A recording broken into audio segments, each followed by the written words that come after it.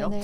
네. 최근에 뭐 이재명 정부에서 발표한 거 보면 특별히 의료 정책 관련해서 이제 지역 의사제 도입하겠다, 뭐 국립대 병원을 지역 거점 병원을 육성하겠다, 뭐 기타 등등 내용들이 많아요. 근데 그 중에서 이제 특별히 뭐 도드라지는 게 이제 지역 의사제를 거의 전면으로 내세우고 있거든요. 근데 이 지역 의사제가 어떤 개념이고 혹시 어떤 문제점을 가지고 있는지 설명을 좀 해주시죠. 네, 그 지역 의사제는 다른 나라에도 있어요. 일본에도 있고요. 대만도 이제 했었었고 지금은 거의 안 하지만은, 그리고 이제 유럽의 웬만한 나라들도 많이 하고요. 독일, 프랑스 뭐 이런 데도 하고, 그리고 미국도 약간 비슷한 그런 프로그램이 있어요. 그래서 이제 지역 의사제 자체는 문제가 없다고 할 수 있어요. 근데 일단 이 내용 자체만 딱 들으면 이게 굉장히 좋게 들리잖아요. 지역 의사제. 그럼 일단 그 딱 아무것도 모르는 배경 지식이 없는 사람 입장에서는 그거 좋은 거 아니야? 이렇게 생각을 할 만하거든요. 좀 뭔가 솔깃하거든요. 근데 그게 우리나라에서는 지역 의사제가 효과를 좀 내기가 어려운 게, 그러니까 다른 나라도 지역의사제를 운영을 하고 그리고 거기에 투입되는 재원이 있지만 기대했던 만큼의 효과는 얻지 못하고 있거든요. 그래서 대만은 이제 거의 폐지했어요. 근데 우리나라는 그나마 있는 효과도 내기가 어려운 것이 그 외에 다른 구조적인 문제가 있기 때문이거든요. 그러니까 좀 단도직입적으로 말하면은 두 가지를 말할 수 있는데, 뭐 지역의사제, 뭐 공공의대, 뭐 국립대 병원을 뭐 지역 거점 병원으로 이렇게 하는 거는 뭐 지역 의료, 뭐 필수 의료, 뭐 이런 거를 살리기 위해서 한다라고 하잖아요. 그런데 그 사람들의 그 일종의 종특인데, 그 내세우는 거, 지역 의료를 살릴 거야, 필수 의료를 살릴 거야, 이거랑 실제로 하는 정책은 전혀 이게 정합성이 없어요. 그러니까 완전히 따로 국밥이죠. 따로. 그러니까 이게 그 추구하는 바는, 그러니까 사람들에게, 국민들에게 홍보할 때는 이런 것 때문에 이거를 합니다라고 하지만은 이 정책의 실질적인 결과나 목적은 이거를 해결하는 게 아닌 거예요. 전혀 다른 어떤 결과가 있다는 거죠. 그래서 지역의사제는 실질적으로는 지역의료를 파괴하는 제도입니다. 우리나라에서는 그래요. 그리고 우리나라에 필요한 거는 지역의사제가 아니라요, 지역환자제가 필요해요. 지역환자제. 네. 그럼 일단 교수님, 지역의사제, 이 사람들이 말한 지역의사제가 뭔가요? 어떤 개념인가요? 그러니까 이제 의과대학에 이제 입학하는 사람 중에 일정 비율을 그 지역 학생들로 뽑겠다는 거예요. 그러니까 선발이 달라요. 예를 들어 입결이 다른 거죠. 그러니까 별도의 선발 과정이 있는 거예요. 그 지역 학생들의 일부를 별도의 이제 그 선발 과정을 거쳐서, 그러니까 조금 쉽게 말하면 성적이 조금 낮아도 지역에서 일하겠다고 하는 사람들을 뽑아서 얘들에게 전면 장학금을 주고, 지역에서 뭐 일정 기간, 대부분은 10년이에요. 이제 일정 기간 동안 근무하는 조건으로 면허를 준다. 이제 이게 지역의사제거든요. 근데 이제 문제는, 그러면은 그 지역에는 지역의사 전형으로 온 의사들만 그 지역에 남는 거냐? 그게 아니죠. 예를 들면 이제 제가 고향이 대구니까 대구를 기준으로 생각을 해보면은요, 대구 의과대학이 4개 있어요. 경북대, 계명대, 영남대, 대구가톨릭대, 이렇게 4개가 있는데, 이 4개에서 각 대학에서 이제 일정 그 전체 정원의 일정 비율을 지역의사 전형으로 뽑는 거잖아요. 그러면은 내가 집이 대구인데 어떤 애는 지역의사 전형으로 어플라이를 하고요. 어떤 애들은 그냥 뭐 수시나 정시나 이제 보통 이제 일반 전형으로 입학을 해요. 근데 이 일반 대구에 전형으로 있는 같은 의대에 그렇게 입학을 한다는 거죠. 그러면은 만약 이제 경북대학을 예로 들어보면은 경북대학 이제 한 입학 정원이 한 120명, 뭐 100명 뭐 이 정도 될 텐데 120명인가 뭐 그래요. 근데 그 중에 만약 이제 20명을 지역 의사로 뽑고 실제로 60% 이상 뽑으라고 되어 있거든요. 그러니까 한 80명 정도 뽑는다고 봐야 되겠죠. 그러니까 만약 120명 정원이라면은 절반이면은 60명이잖아요. 그러니까 한 70명 내지 80명을 지역 의사 전형으로 뽑고 나머지 뭐 한 40명 정도를 일반 전형으로 뽑는 거예요. 수시나 정시나. 그러면은 이 일반 전형으로 온 애들은 대구를 다 떠나나요? 그게 아니잖아요. 그렇죠. 졸업하면 거기서 개업을 할 수도 있고 일을 하잖아요. 근데 이 지역의사제로 온 학생들은 거기에서 그 전공의 수련 기간을 포함해서 10년만 채우면 혜택을 많이 받을 수 있어요. 뭐 국립대학 교수가 된다든지 뭐 복지부에 채용이 된다든지 WHO에 파견을 보내준다든지 이런 식으로 그 일반 의사들이 갈 수 없는 그런 루트로 갈 수 있어요. 그게 보장되거든요. 그리고 그 지역에는 10년 전공이 포함해서 10년만 채우면 되는 거예요. 근데 일반 전형으로 온 학생들은 의사가 돼서 그 지역에 계속 있을 거거든요. 근데 얘들은 아무 혜택이 없어요. 그러니까 똑같은 이제 내가 고향이 대구예요. 그러니까 학생들이 대구에 있는데 대구 학생이 어떤 애들은 지역 의사 전형을 가고 어떤 애들은 일반 전형을 가요. 그리고 얘들이 지역에서 대구 아니 뭐 경산 뭐 구미 이제 이런 데 남아서 의료 서비스를 건강보험 의료를 하는데 지역 의사제로 들어온 학생들은 전공이 포함해서 10년만 있으면은 그냥 이제 혜택을 받고 딴 데로 가요. 그리고 학비도 다 면제죠. 근데 일반 전형으로 들어온 애들은 부모님 돈으로 공부를 해요. 그리고 입결도 더 높겠죠. 부모님 돈으로 공부를 하고 그 지역에 계속 남아서 평생 건강보험 의료를 할 건데 얘들은 아무 혜택이 없어요. 그러면 이거 차별하는 거잖아요. 그러니까 정상적인 루트를 통해서 들어온 학생들이 차별을 받는 거죠. 그리고 그렇게 되면 아무래도 많은 사람들이 더 지역 의사제 루트로 대학을 가려고 하지 않을까요? 왜냐하면 혜택이 많으니까요. 혜택이 많은데 거기에 들어갈 사람들은 거의 정해져 있어요. 왜냐하면 면접의 비율이 높고요. 그러니까 시험 쳐서 뽑는 게 아니라니까요. 또 뒷구멍으로 이렇게 그렇죠, 많은 것들 소위 그러니까 말하는 뭐 지역 의료에 종사할 뭐 각오가 되어 있냐, 뭐 약간 이런 거. 그리고 또 비리도 많이 생길 수 있겠어요. 아무래도 아무래도 그 채용 그렇죠. 과정에서 예를 들어서 그게 뭐 이제 객관적이지 않으니까요. 뭐 지인을 채용해 준다든지 아니면 그렇죠. 뭐 조국 같이 뭐 그런 사태가 충분히 그렇죠. 그러니까 의대에서도 그런 생길 수 조민 있죠. 케이스가 이제 공식적으로 되는 거죠. 그러면은 지역에 있던 그냥 일반 전형으로 나온 이제 출신 의사들은 일반 전형 출신 의사들 열받겠죠. 아니 나는 성적도 더 좋게 들어왔고 부모님 돈으로 공부했고 내 돈 내서 개업하고 그리고 나는 여기 계속 있을 건데 거의 평생을 나는 뭐 경북 지역에 남아서 뭐 구미 이런 데 남아서 계속 있을 건데 나는 아무 혜택이 없고 쟤들은 10년만 채우면은 이게 꽃길을 걷는다. 그리고 공부 자체도 무상으로 했다. 그리고 들어올 때도 성적이 뭐 그렇게 좋지도 않았다. 그러면은 열받아서 지역을 떠나겠죠. 그렇게 된다는 거예요. 결과는 그렇게 될 게 뻔하네요, 사실. 그러니까 의무 복무이기 때문에 우리가 군대를 의무 복무잖아요. 그러면은 그 군대에 내가 이제 군대 정말 좋아. 나 여기 말뚝 박을래. 이런 사람 사실 별로 없잖아요. 뭐 가끔 있기는 하지만 많이 없죠. 대부분은 이게 의무이기 때문에 그 기간만 이게 손꼽아 기다리다가 땡 하면은 다 튀어나가잖아요. 그런 것처럼 지역 의사도 이게 의무 복무이기 때문에요. 그 기간만 채우면 다 튀어나간다는 거죠. 그러니까 이제 의사로서 성숙하게 되었을 때는 지역에 있지 않는다는 거예요.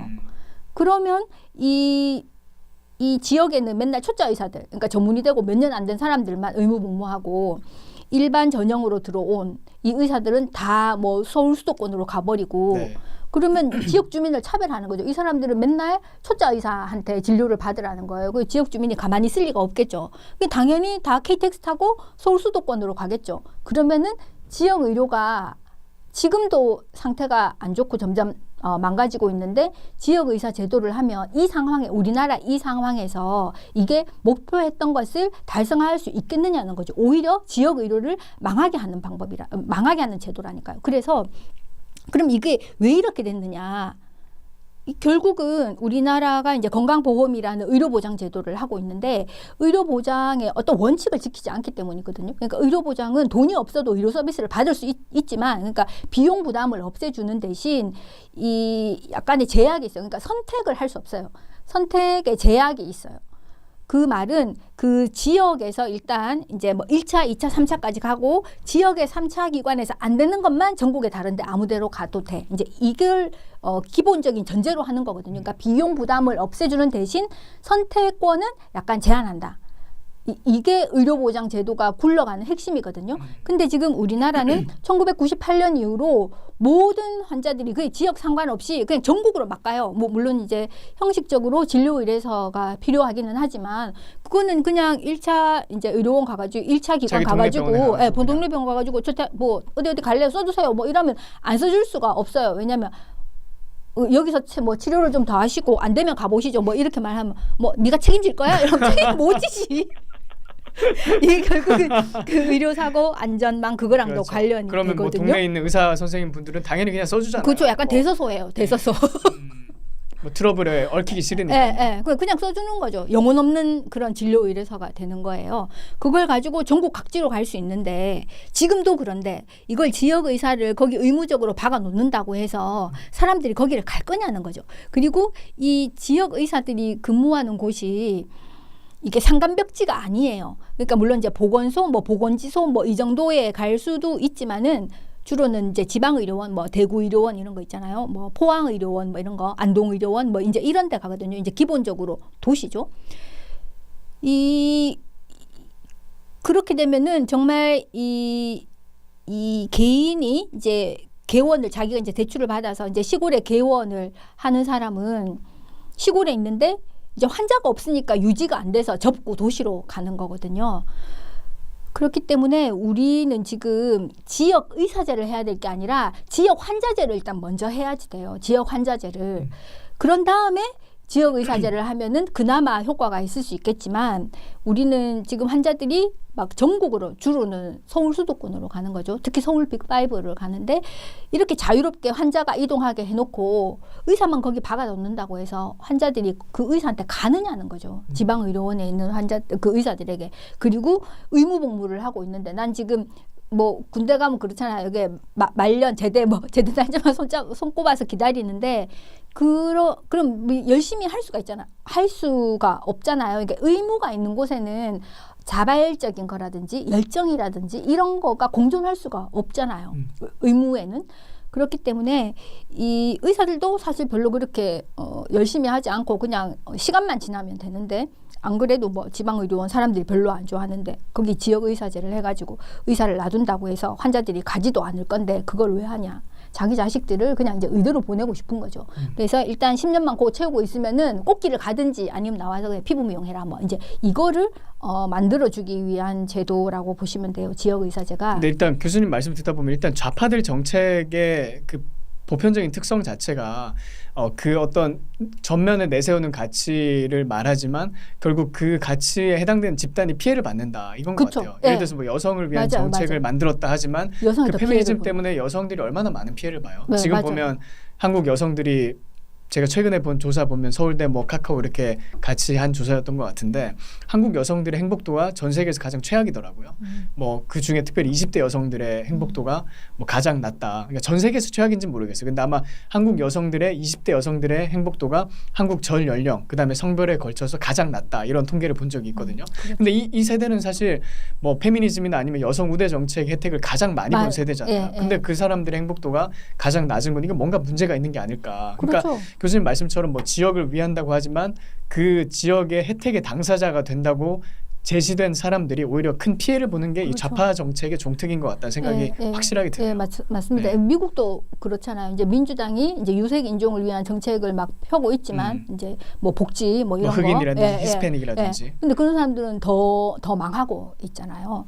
그런 것처럼 이게 말로는 보호를 해주고 위한다라고 하는데 그게 결국은 그 사람들을 더 피폐하게 만드는 거죠. 맞아요. 그러니까 왜 페미니즘에 정부 예산을 뭐 여성 인권을 신장하고 여성을 보호하는데 세금을 더 써야 되는 이유는 인권이 여성이 핍박받고 압박받고 뭐 이 억압받기 때문이다. 이거를 계속 주장을 해야 예산을 받을 수 있잖아요.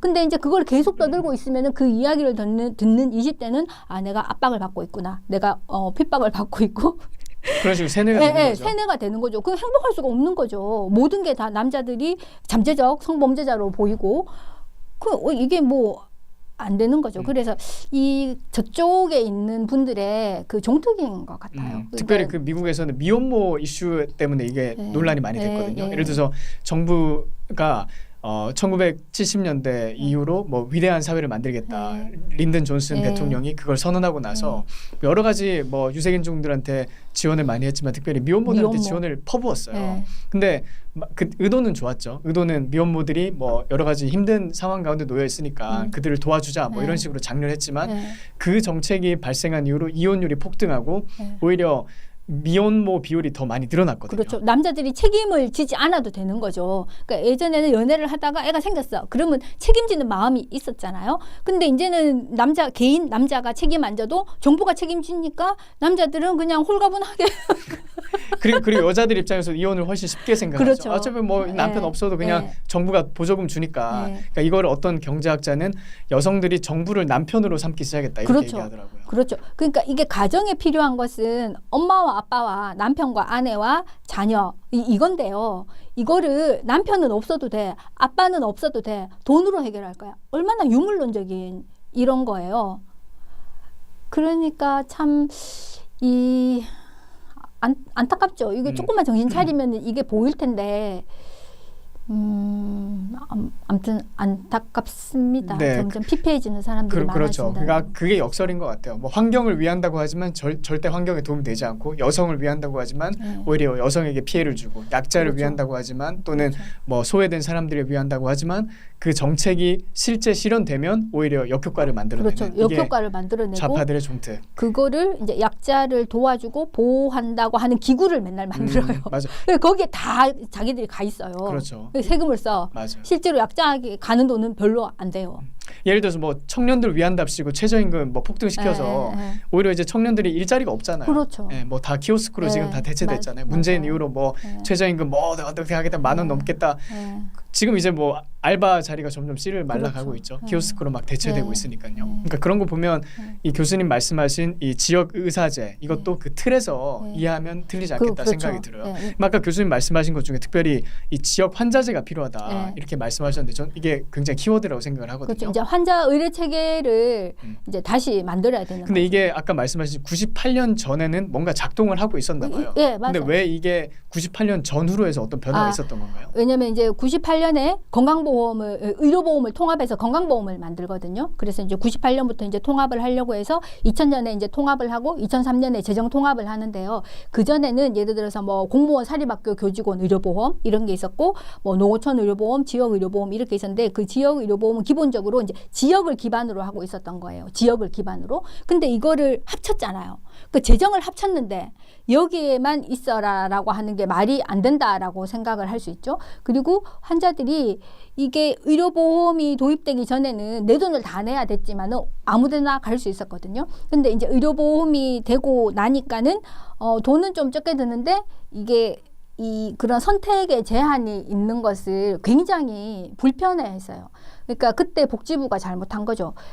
의료비 부담을 줄여주는데 대신 선택은 좀 제한합니다. 그렇지만은 이 의료비로 망하지 않게 해드릴게요. 이제 이런 설득 과정이 있었어야지 됐는데 우리는 그걸 못했어요. 왜냐면은 의료보험을 도입할 때 이게 의료보장 제도이고 이게 어떤 이념과 어떤 원칙하에 이 제도를 운영해야 되는지에 대한 개념이 없었고요. 왜냐면 6개월 만에 실행을 하거든요. 이거를. 그렇다 보니 일본에서 이제 뺏겨왔는데 제도만 뺏겨왔지 이 정신을 이제 모르고 뺏겨온 거예요. 그러면서 무조건 이제 이렇게 1차, 2차, 3차 이렇게 가야 됩니다라고 하니까 이제 환자들은 이게 의료기관을 그러니까 비용 부담이 없어진 거는 좋은데 나의 자유가 이제 박탈됐다고 생각을 하니까는 이게 트레이드 오프인데 그 생각을 못 하고 그걸 불편하다고 느낀 거죠. 그래서 이제 계속 민원을 넣어요. 불편하다. 근데 이제 그런 민원을 토대로 이거를 이제 통합을 했는데요.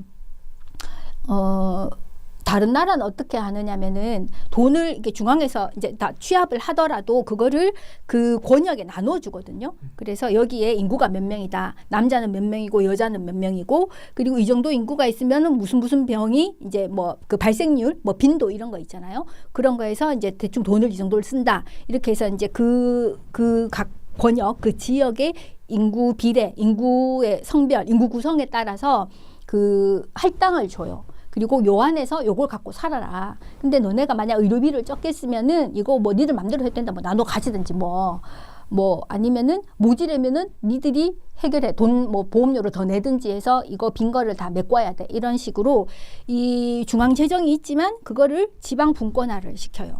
근데 우리는 그렇게 하지 않고 분권화되어 있던 거를 퉁쳐서 하나로 만드는 거예요.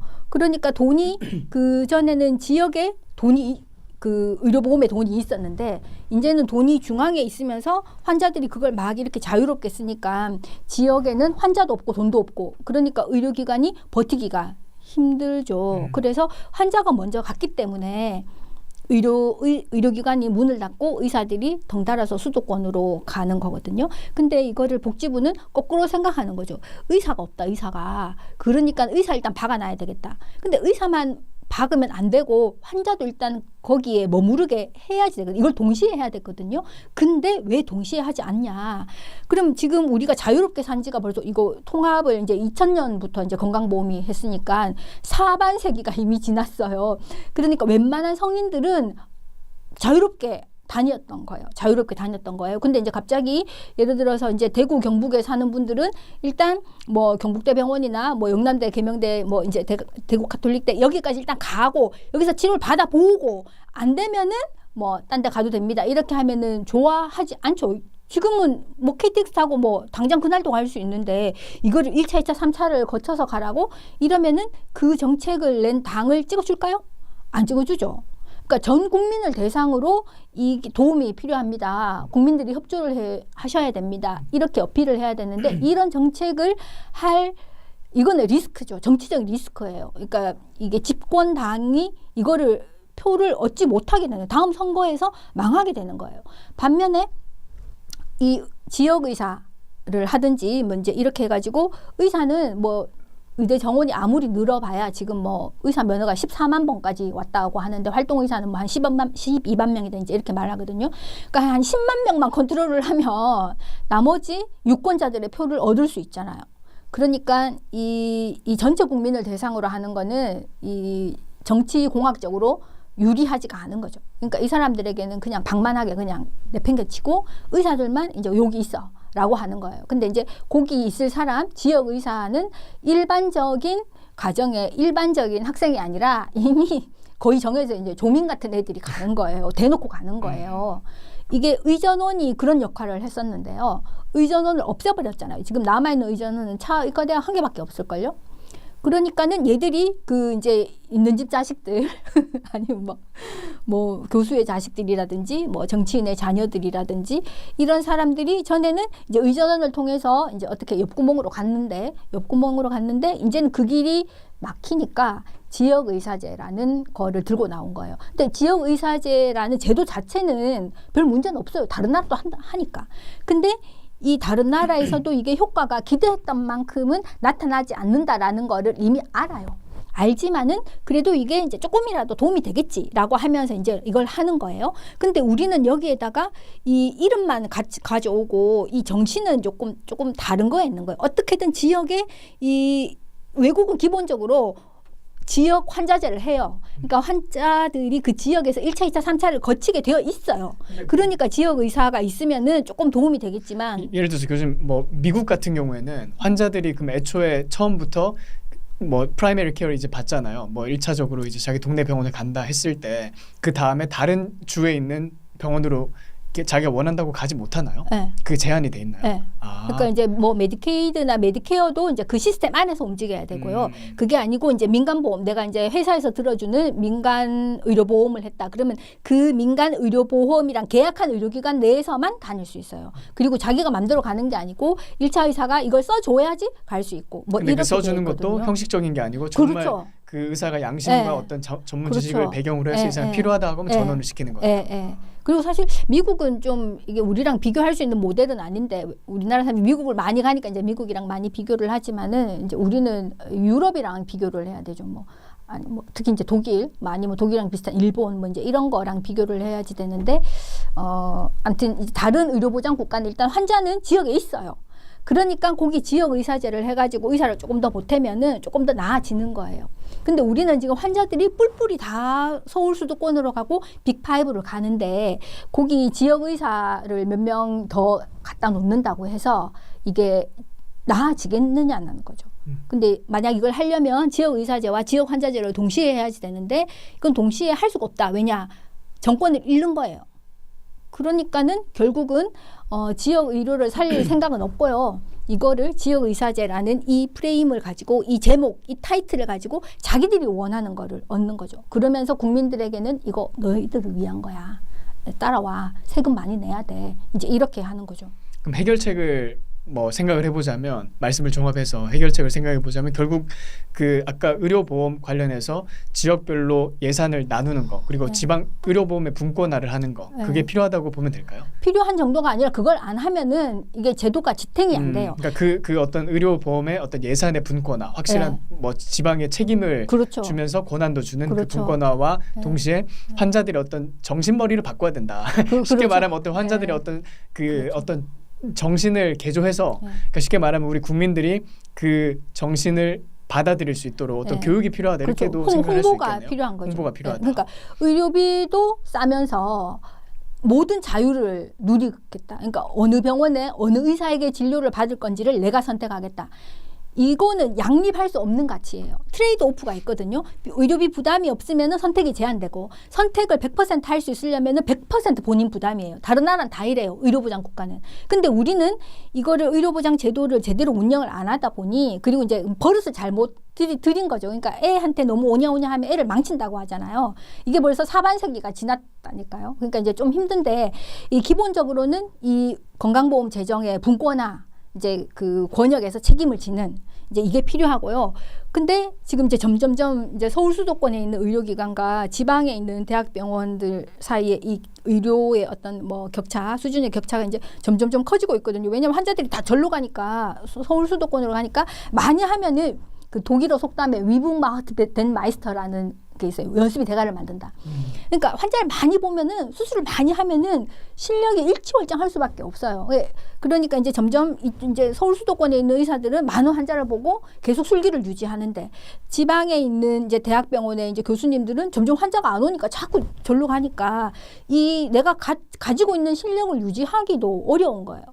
그렇기 때문에 어떻게든 이게 더 이상 무너지지 않도록 이걸 끌어올리고 그리고 또 다른 방법은 이제 국민들에게 선택권을 주는 거죠. 그래, 너가 이제 경상북도 구미에 사는데 서울에 갈 수 있어. 근데 너가 네 맘대로 가는 거야. 의학적으로 꼭 필요하지가 않는데 그냥 너가 원해서 가겠다면은 너는 건강보험에서 배제할 거야. 네 돈 내고 가. 이걸 해야 되는 자기 부담으로 거예요. 가라. 그 합리적이네요.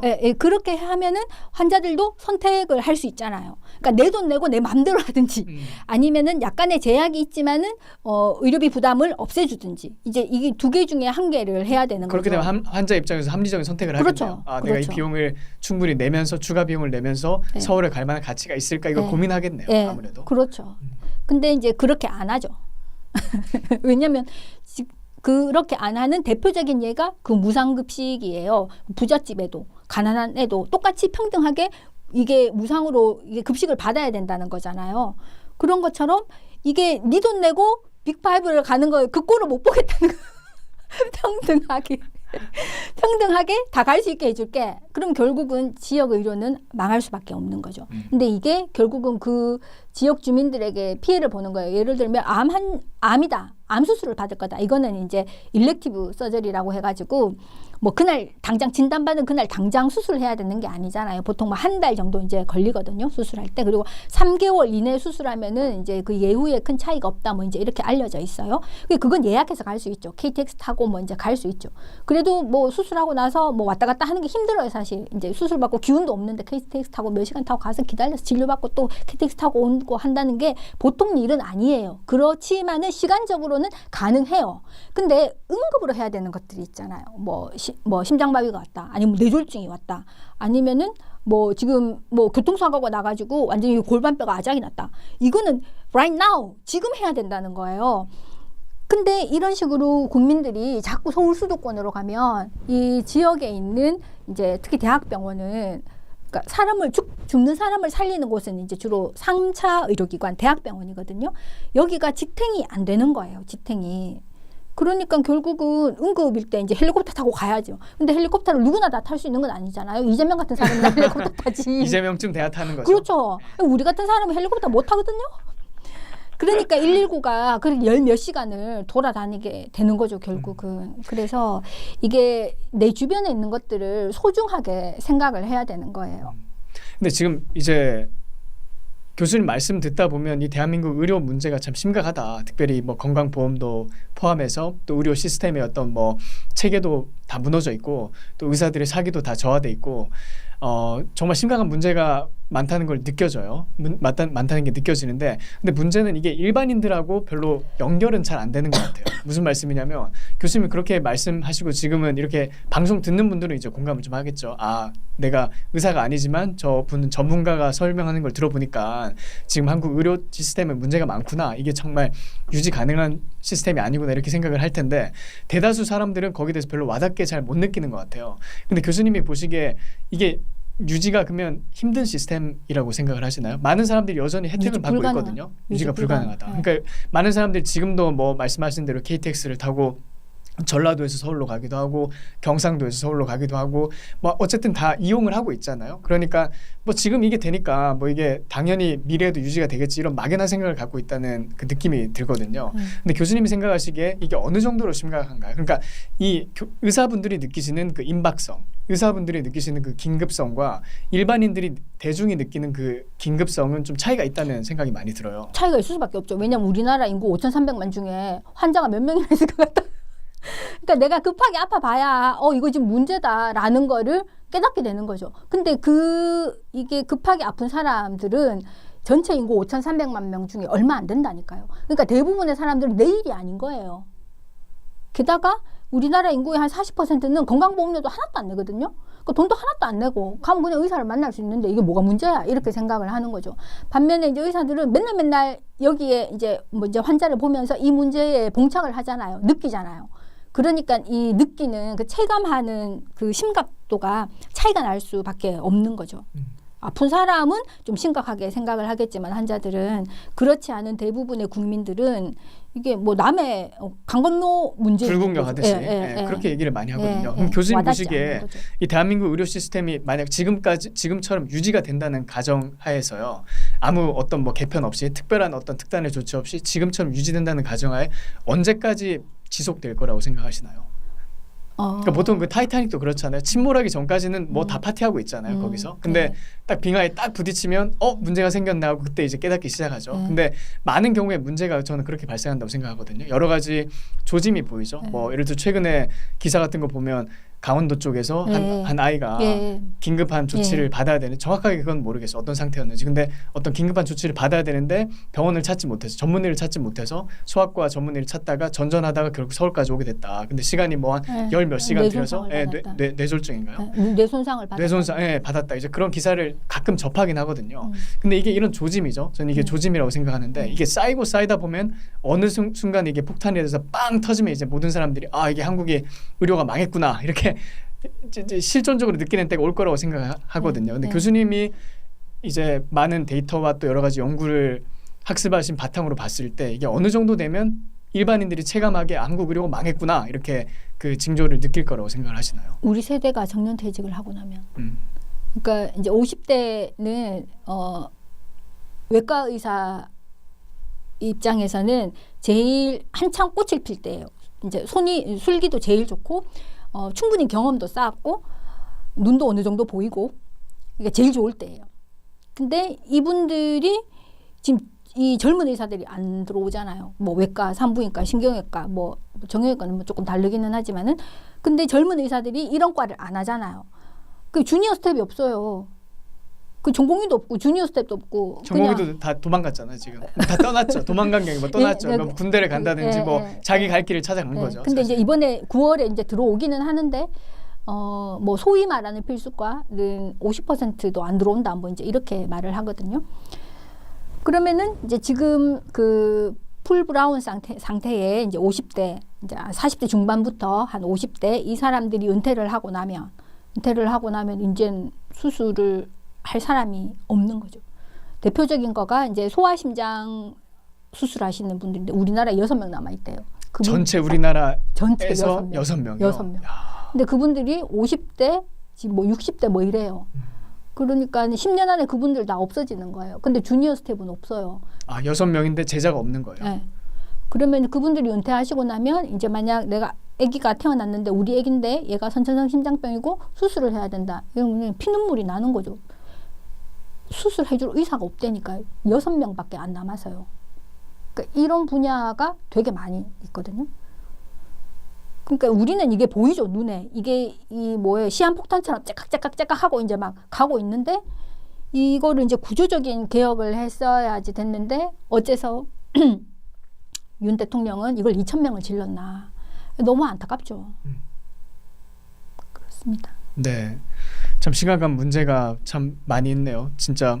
근데 이럼에도 불구하고 여전히 좀 한국 사회에서는 의사분들이 많이 그 악마화가 돼 있어요. 그러니까 뭐 교수님 이런 말씀하시고 또 뭐 기사가 뜨면 결국 뭐 달리는 댓글들 주류가 의사들 뭐 배부른 소리 한다. 뭐 지네들끼리 뭐 이익 집단이 돼가지고 환자를 가지고 돈 벌어 먹는다. 그리고 뭐 가진 욕이 많이 달리거든요.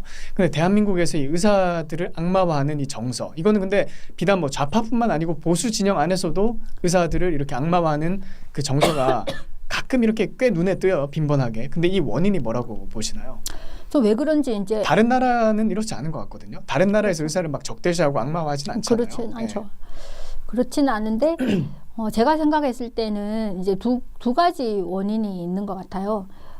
첫 번째는 이 예를 들어서 권력을 뭐 엄청 많이 가지고 있거나 엄청난 부자다 이런 보통 사람들이 이 찝찝거리지 않는데요.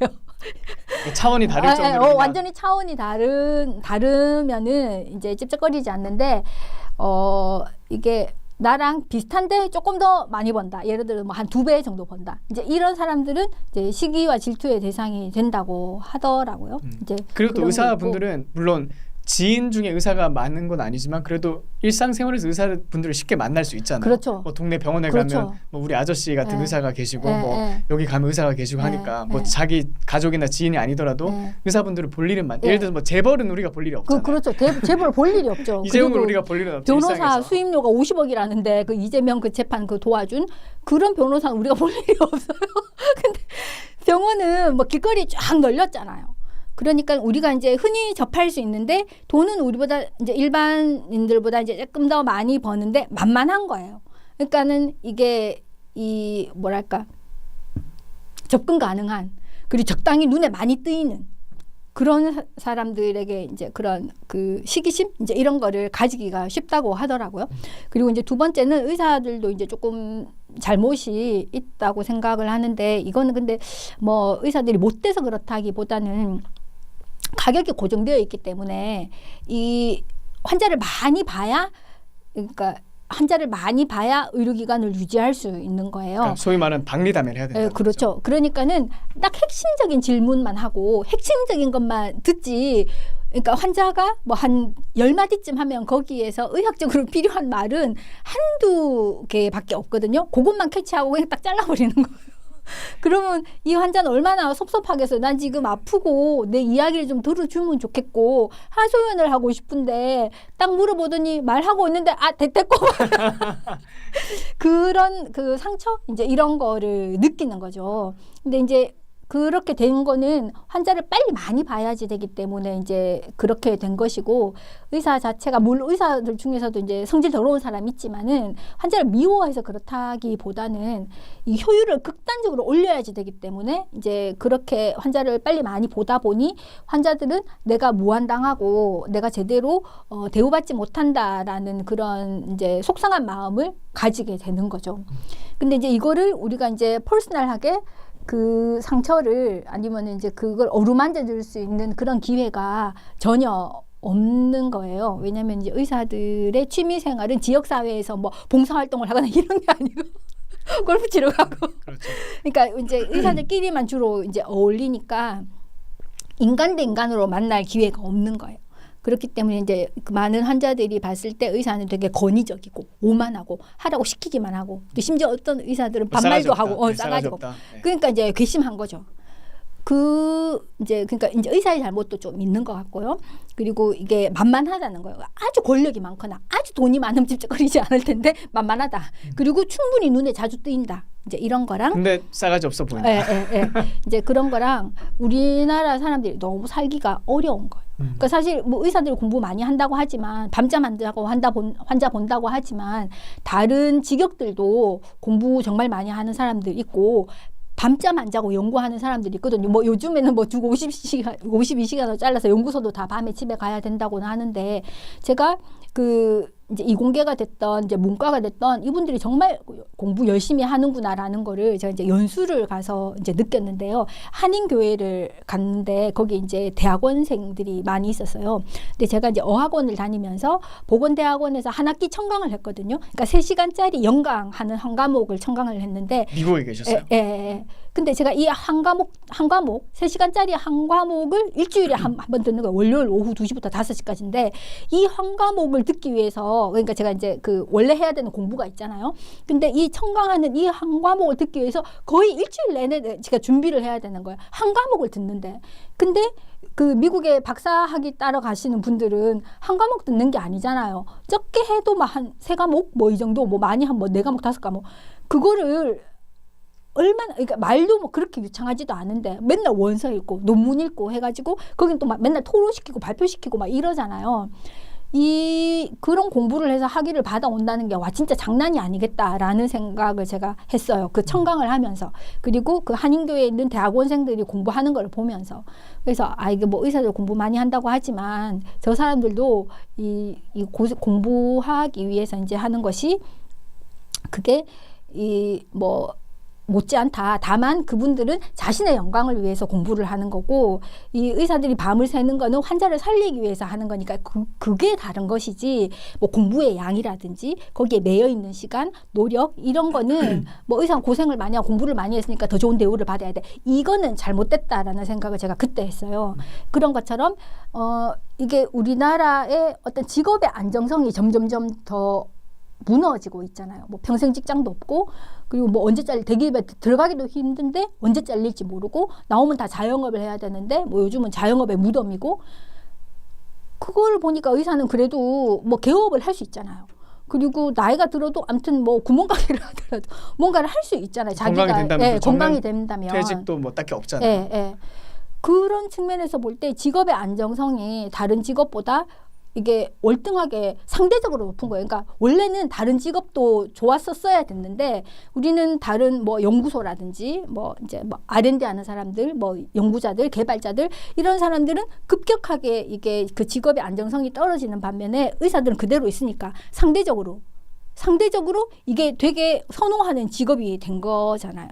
근데 이제 들어가기가 어려우니까는 막 욕을 하면서 근데 들어가고 싶어하는 이 양가적인 감정 그렇게 된 거죠. 그래서 이 의사들이 시기하는 그 마음 중에는 의사들 욕하는 마음 중에는 악마화하는 마음 중에는 그거를 갈망하는 그런 마음이 있는 거예요. 근데 왜 그걸 갈망하냐? 이게 그나마 우리나라에서는 직업적인 안정성이 거의 보장된 이런 것이기 때문에 그런 거예요. 그러니까 거기다 또 사회적인 명예도 있잖아요. 그냥 뭐 의사다 그러면 그 자체가 뭐 어디 가서 뭐 부족함 없이 그래도 명함을 내밀 수 있는 그런 지위가 되잖아요. 어떤 사회적 지위. 그건 사회적 지위는 잘 모르겠어요. 저는 좀 별로 일반적으로는 그런 것 같아요. 일반적으로 뭐 그래도 내가 뭐 의사다 아니면 뭐 우리 가족이 의사가 됐다 아니면 뭐 사위나 며느리가 의사가 됐다 그러면 그 자체가 어디 가도 부끄러운 일은 아니고 훨씬 자랑할 만한 일이니까 그 부분도 또 고려하는 것 같아요. 많은 사람들이.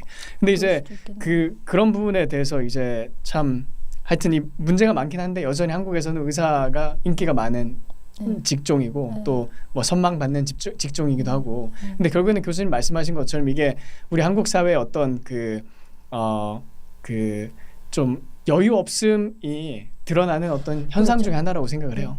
여유 없음. 여유 없음. 그리고 이게 제가 이제 의사들이 잘못했다고 하면 이제 다른 의사 선생님들이 좀 싫어할 수는 있지만은 우리가 의사들 중에 이제 착한 사람들도 되게 많고 봉사하는 사람, 이제 뭐 자선활동하는 사람 이런 분들 되게 많은데 대부분은 내가 가진 것을 남에게 나누는 것에 익숙하지가 않아요. 그거는 우리나라 국민들 전체가 그래요.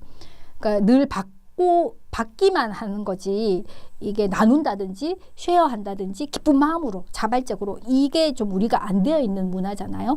그런 측면에서 의사들은 더 이게 지탄의 대상이 되는 거죠. 너는 많이 버는데 왜 나누지를 않냐 그렇게 되는 거예요. 근데 그 나누는 거가 내가 기쁘고 자발적으로 해야지 이게 정말 되는 거지 막 강하게 해서 근데 이게 되면은 이제 반항심이 생기거든요. 그래서 사실 이제 의사들 이제 세금 뭐 이제 이런 거 되게 많이 내고 그리고 개업을 하고 있으면은 별 희한한 데서 다 찾아와 가지고 돈 달라고 한대요. 안 주면 해코지를 하는 거예요.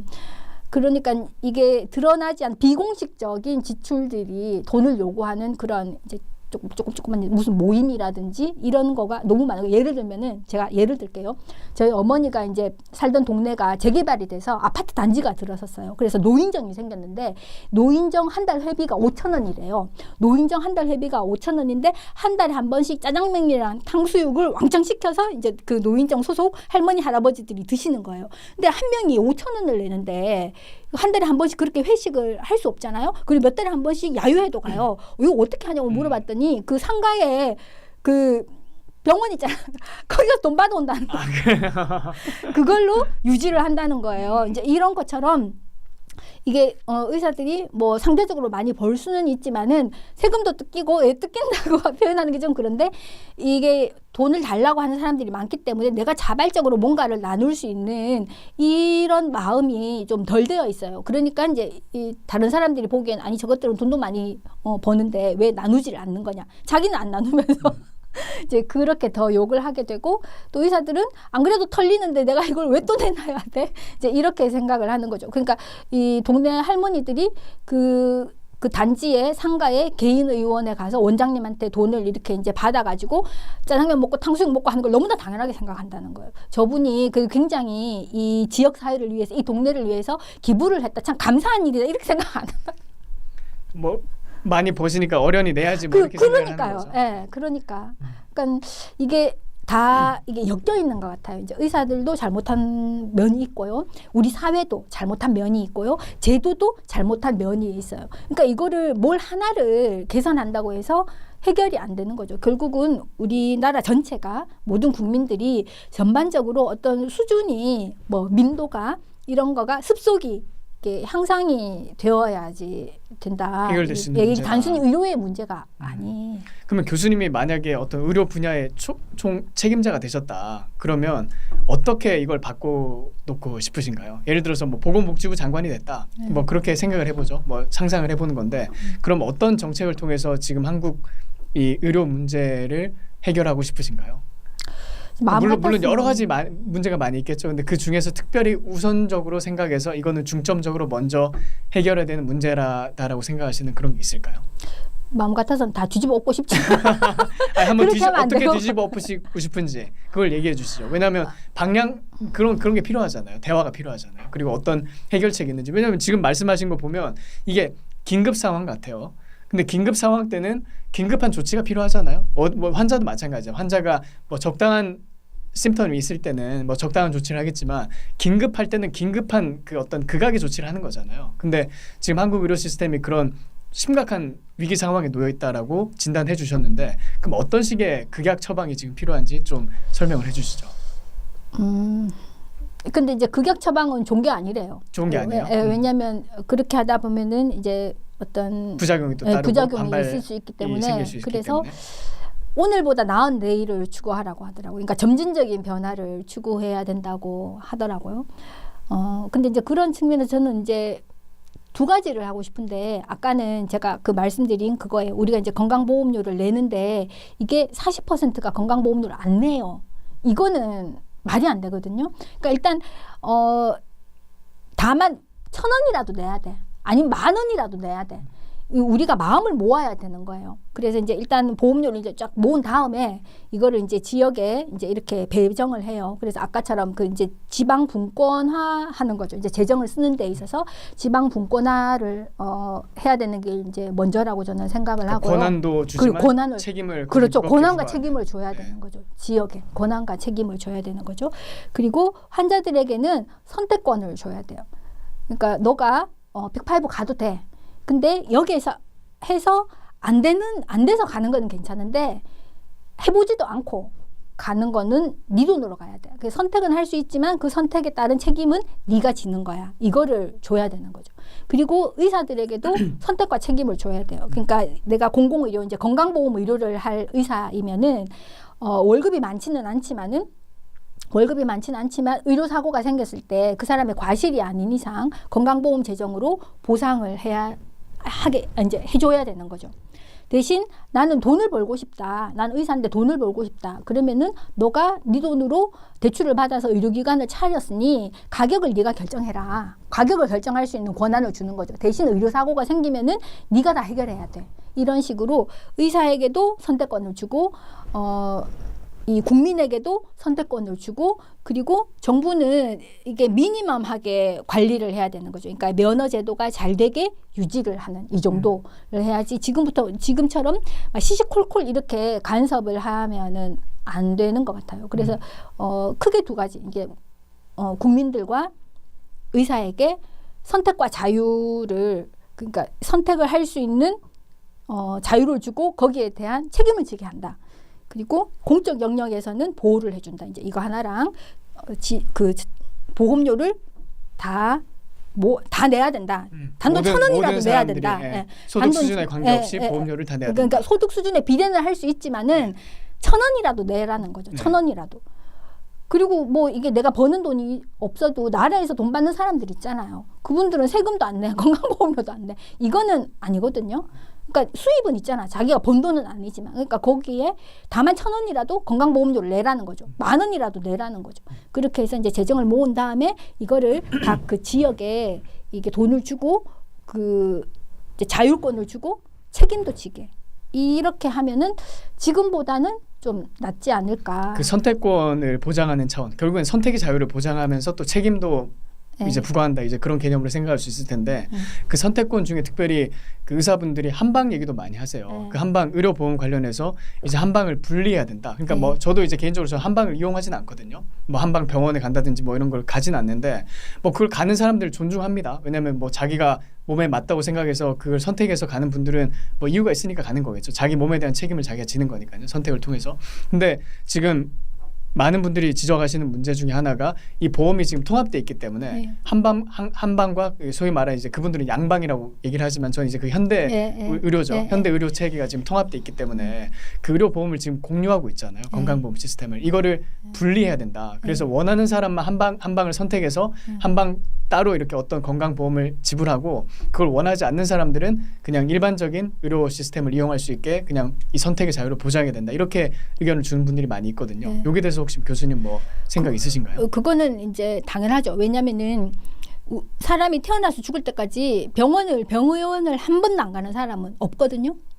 근데 태어나서 죽을 때까지 한방 의료를 한의학을 전혀 이용하지 않는 사람이 꽤 많아요. 저도 한 번도 간 적 없거든요. 그거 어디 설문조사한 게 있는데 노인들은 한 번도 안 간 사람이 한 40% 정도라면은 20, 30대 젊은 세대는 한 번도 안 간 사람이 60%가 넘어요.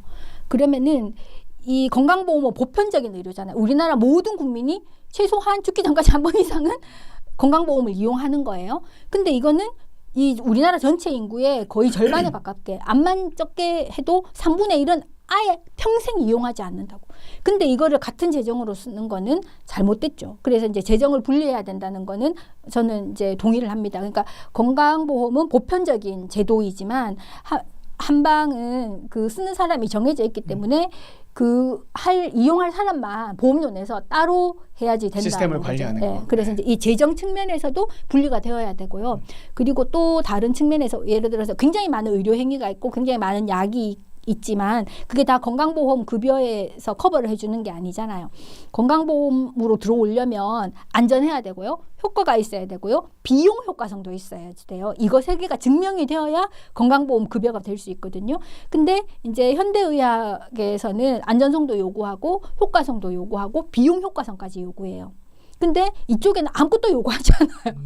그러니까 소위 말하는 같은 첩약을 말씀하시는 네, 그렇죠. 거예요. 이제 같은 재원을 쓰는데 이렇게 이중잣대인 거는 이게 한 솥밥을 먹을 수가 없는 거죠. 그러니까 이걸 분리를 해주는 게 맞아요. 근데 그럼 왜 우리가 이렇게 그렇다고 해서 뭐 한의학을 없애야 된다 막 이렇게 생각하지는 않아요. 거기도 나름 어떤 효과가 있을 거라고 내가 알지 못하는 거지. 일단 어떤 결국 뭐 거가 환자가 있을 선택하는 거라고. 거잖아요. 예, 그렇죠. 자기가 뭐 한 방을 좋다는데 그걸 예. 말릴 수는 없죠. 예. 그래서 그분들을 존중해야 된다라고 생각을 해요. 뭐 한의학을 뭐 말려 죽이자 뭐 이렇게 생각은 하지는 않아요.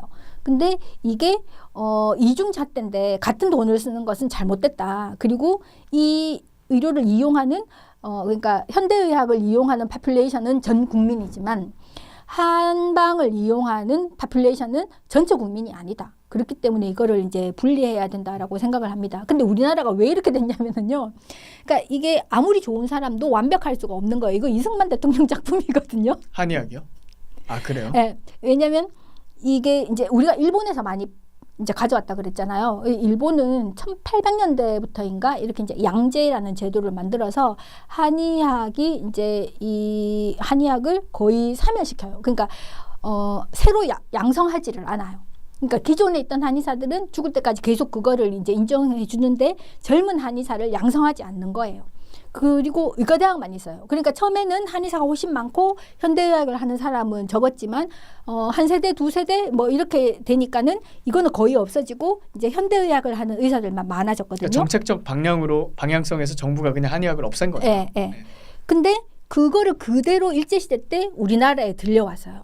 그래서 의과대학은 의학 전문원인가 이런 거는 이제 전국에 5개가 있었지만 한의학교는 없었거든요. 한의학교는 없었는데 이승만 대통령이 되고 나서 1952년에 그때 그 선거를 하잖아요. 선거를 할 때 그때 그 이승만 대통령 옆에 있던 사람들이 이거 한의대학을 만들자. 왜냐하면 이 일제가 한의학을 억압했다. 그러니까 이게 일제로부터 픽박받던 한의학을 부활시키기 위해서 한의과 대학을 만들면은 표가 될 거다. 이렇게 꼬셔요. 그래서 이 한의학을 한의대학을 설립하는 거 법을 만듭니다.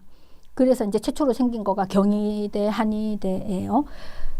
그러니까 그때부터 이게 의료가 이원화된 거죠. 근데 이제 일본은 그렇게 하지 않고 한의를 자연스럽게 이렇게 흡수하면서 그러니까 의과대학에서 과목처럼 배운대요. 뭐 대체학 형식으로 뭐 그런 식으로. 그래서 의사가 한방을 자기가 원하면 할 수는 있대요. 근데 이제 한의사라는 라이센스가 따로 있지는 않는 거죠. 이제 그런 식으로 일원화를 한 거예요. 그래서 이 일제 시대가 그거를 우리나라에 도입을 했는데 그거를 정치인들이 표를 의식해서 이게 의료 이원화를 시킨 거죠. 그게 이제 이렇게까지 내려온 거예요. 이제 그런 걸 보면 이승만 대통령이 굉장히 훌륭하신 분이지만 완벽한 사람은 없는 거예요. 특히 이 의료 문제 같은 이런 굉장히 스페시픽한 분야에서는 이거는 정치의 논리로 해서는 안 되는 거였는데 이제 이승만 대통령도 이제 이런 점에서는 제가 아쉬운 점이 있는 거죠. 또 이제 윤석열 대통령도 마찬가지이고요. 무슨 이야기하다 이렇게 됐죠. 그래서 이제 말씀하신 것처럼 한방과 현대의학을 이게 보험을 분리해야지 되는 것이 분리해서 그냥 맞습니다. 소비자들에게 선택권을 주면 좋겠어요. 그렇죠. 만약에 너가 한방을 좋아하면 한방 보험을 가입해라. 네. 국가가 뭐 그렇죠. 해줄 테니까. 그리고 뭐 나 한방을 싫으면 가입 안 하면 그 보험은 내가 안 내도 된다. 그렇죠. 그렇게 해서 좋아하는 사람들끼리만 네. 쓰면 되잖아요. 네. 그러니까 많은 경우에 그냥 우리나라에서 이런 식으로 좋아하는 사람들끼리 쓰고 그 책임 역시 좋아하는 사람들끼리 부과하면 많은 문제가 해결될 것 같아요. 예를 들어서 민주당이 좋아하는 정책들 있잖아요. 네. 그런 거 민주당에 표 많이 주는 전라도 지역에서 먼저 그냥 하게 하면 다 되죠. 뭐 최저임금 막 2만 원으로 올려버리고 뭐 그 사람들이 최저임금 좋아하잖아요. 뭐 물론 이제 뭐 전라도가 다 2만 원 올리게 그거 찬성하는 건 아니겠죠.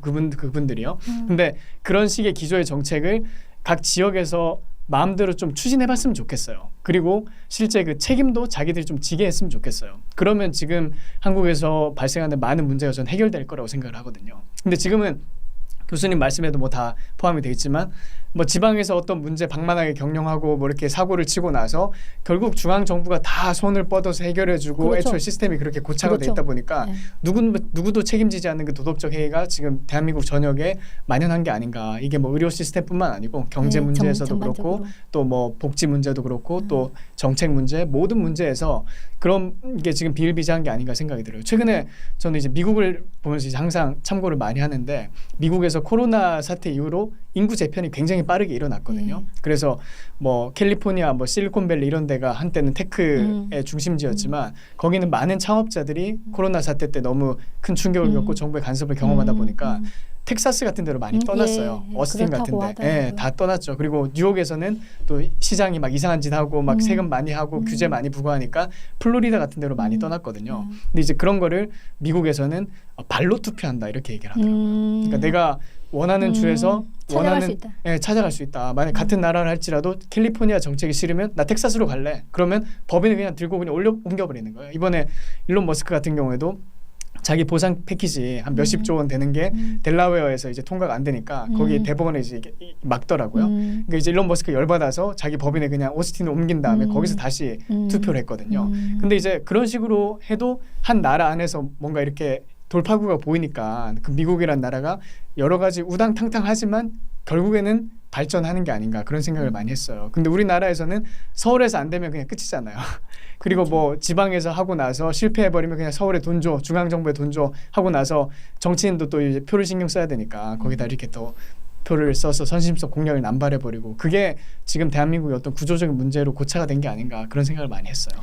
예, 맞습니다. 근데 이제 우리나라가 너무 콩할 만한데 사실 플로리다만 해도 우리 남한의 1.5배거든요. 그렇죠.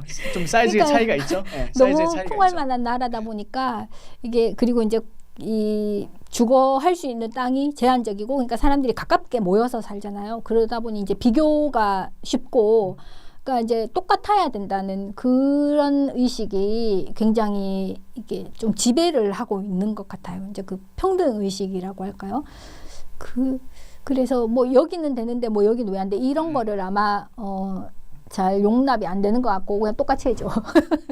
그리고 항상 그 말씀하신 대로 아까 뭐 의사 얘기도 비슷하지만 강남 아파트 이런 것도 항상 보잖아요. 뭐 우리가 서울에 살면 언젠가 한번 강남에서 뭐 밥 먹고 나서 볼 일이 있잖아요. 저기 강남 아파트가 있네. 저거 얼마지 하면 뭐 50억이고 뭐 30평짜리 50억이고 이러면 당장 자기가 눈앞에 보이는 거니까 거기에 대한 어떤 괴리감이 더 확실하게 느껴지지 않나 생각이 들어요. 미국에서는 아예 못 간다고 하더라고요. 그렇죠. 아예 미국에서 아예 생각을 안 하죠. 부자 동네는 갈 수가 없어요. 예, 부자 동네 뭐 애초에 갈 일이 없죠. 지리적으로 완전 떨어져 있으니까. 그러니까 그런 부분도 좀 한국의 특수성이 있는 것 같긴 해요. 그러니까 너무 가깝게 살기 때문에 나라가 작고 가깝게 살고 있기 때문에. 교수님 최근에 이 책 백신의 배신 굉장히 재밌는 그 독서 감상평을 페이스북에 올려주신 거 저도 잘 읽었거든요.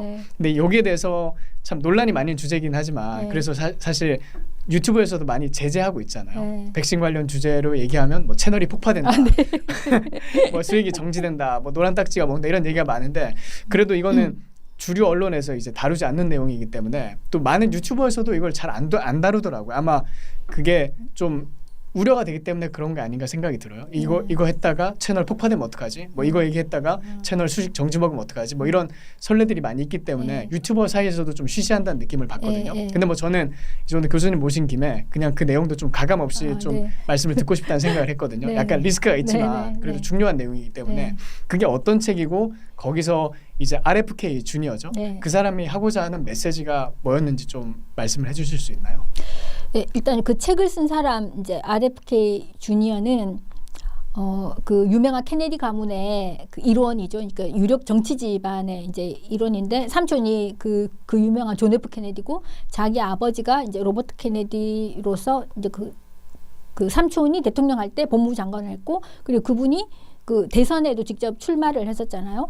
그리고 그때 그분이 대선에 출마했을 때 뭐죠? 어떤 그 흑인 지도자가 그 총에 맞아서 죽는데 그때 엄청 유명한 연설을 해가지고 그 폭도로 변할 수 있는 그런 사람들을 캄다운 시키고 뭐 이랬는데 또 그 사람도 이제 총에 맞아서 죽고 뭐 이런 그런 정치인 가문 출신인데 저는 처음에 그 로버트 케네디 주니어가 보건복지부 장관이 됐다고 했을 때 처음에 좀 이 뭐지 이랬거든요. 왜냐면 관료 출신도 아니야, 의사도 아니야, 무슨 공중보건학을 하는 사람도 아니야.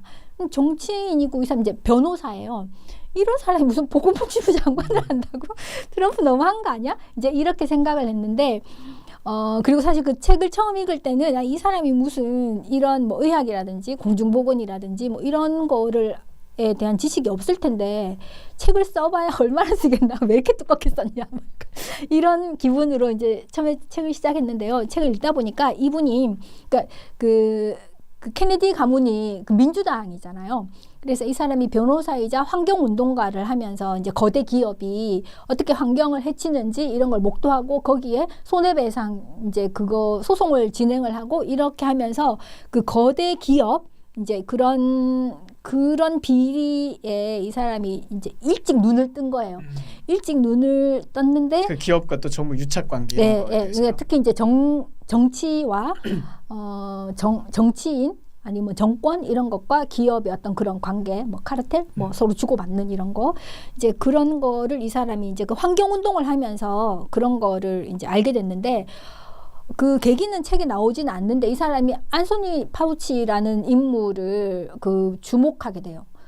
주목을 하게 되는데 예를 들면은 안소니 파우치가 의사잖아요. 의사하고 그 미국의 국립 알레르기 앤드 전염병 그 연구소 거기에 거의 40년 동안 거기에 재직을 하면서 한 30년 넘게 소장을 했어요. 완전 장기 집권이죠. 그러니까 그분이 모신 대통령이 그 레이건 대통령부터 이제 그 바이든까지 이번에 트럼프 되면서 이제 잘렸는데 얼마나 많은 대통령을 모신 거예요. 그러니까 민주당 대통령도 있고 공화당 대통령도 있는데 모든 대통령의 지지를 받으면서 30년이나 장기 집권을 하면서 굉장히 많은 뭐 이제 백신이라든지 그 어떤 전염병의 치료제, 그 신약 개발 이제 이런 거에 관련을 해서 정말 카르텔을 만든 거예요. 그런 걸 보면 이제 그 사람이 고인물이 그러면 썩는다. 카르텔의 어떤 중심에 있는 인물이라는 그쵸. 거네요. 핵심 인물.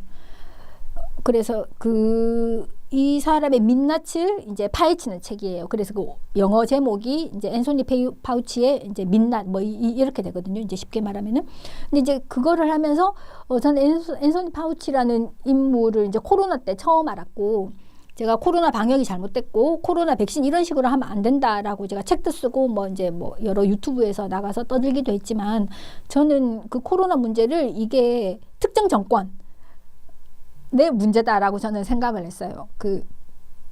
그때가 문재인 대통령 때였으니까 이제 문재인 정권이 어떤 정치적인 의도를 가지고 코로나 방역을 뭐 정치 방역을 하고 뭐 이거를 백신을 맞으라고 하면서 그 어떤 전체주의 사회로 우리를 막 끌고 가는 거죠.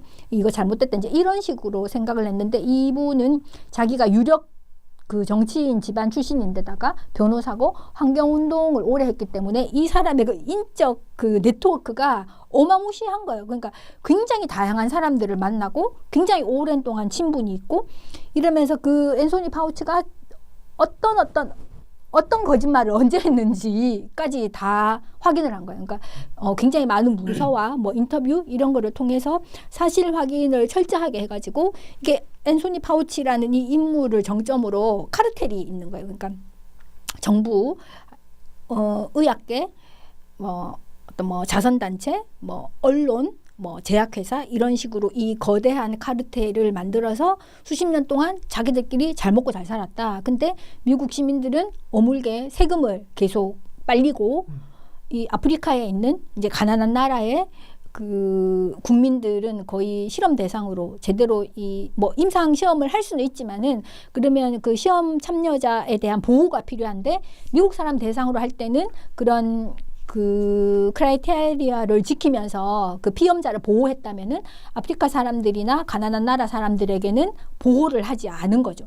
이제 그런 식으로 하면서 이게 효과가 없는데도 신약을 승인하도록 압력을 넣고, 그리고 이제 그게 더 많이 팔리게 거의 땅 짚고 헤엄칠 수 있을 정도로 그냥 약을 만들어내기만 하면은 뭐 판로가 완전히 확보된 그런 식으로 하고, 거기에 이제 일부 연구자들이 그 편향된 연구, 그러니까 바이어스가 잔뜩 들어있는 그런 연구를 해서 발표를 하고 언론이 그걸 홍보를 하고 이제 이런 식으로 해서 이게 이 거대한 카르텔이다라는 거를 이제 폭로를 해요. 그래서 제가 알았던 거는 코로나 백신뿐이었지만은 코로나 백신이 처음이 아니에요. 역사가 되게 깊더라고요. 거기에서 이제 그 했던 나쁜 짓의 역사가. 그러니까 코로나 백신 전작이 에이즈 백신이에요. 그리고 그 전에도 뭐 말라리아 백신 뭐 여러 가지 했고요.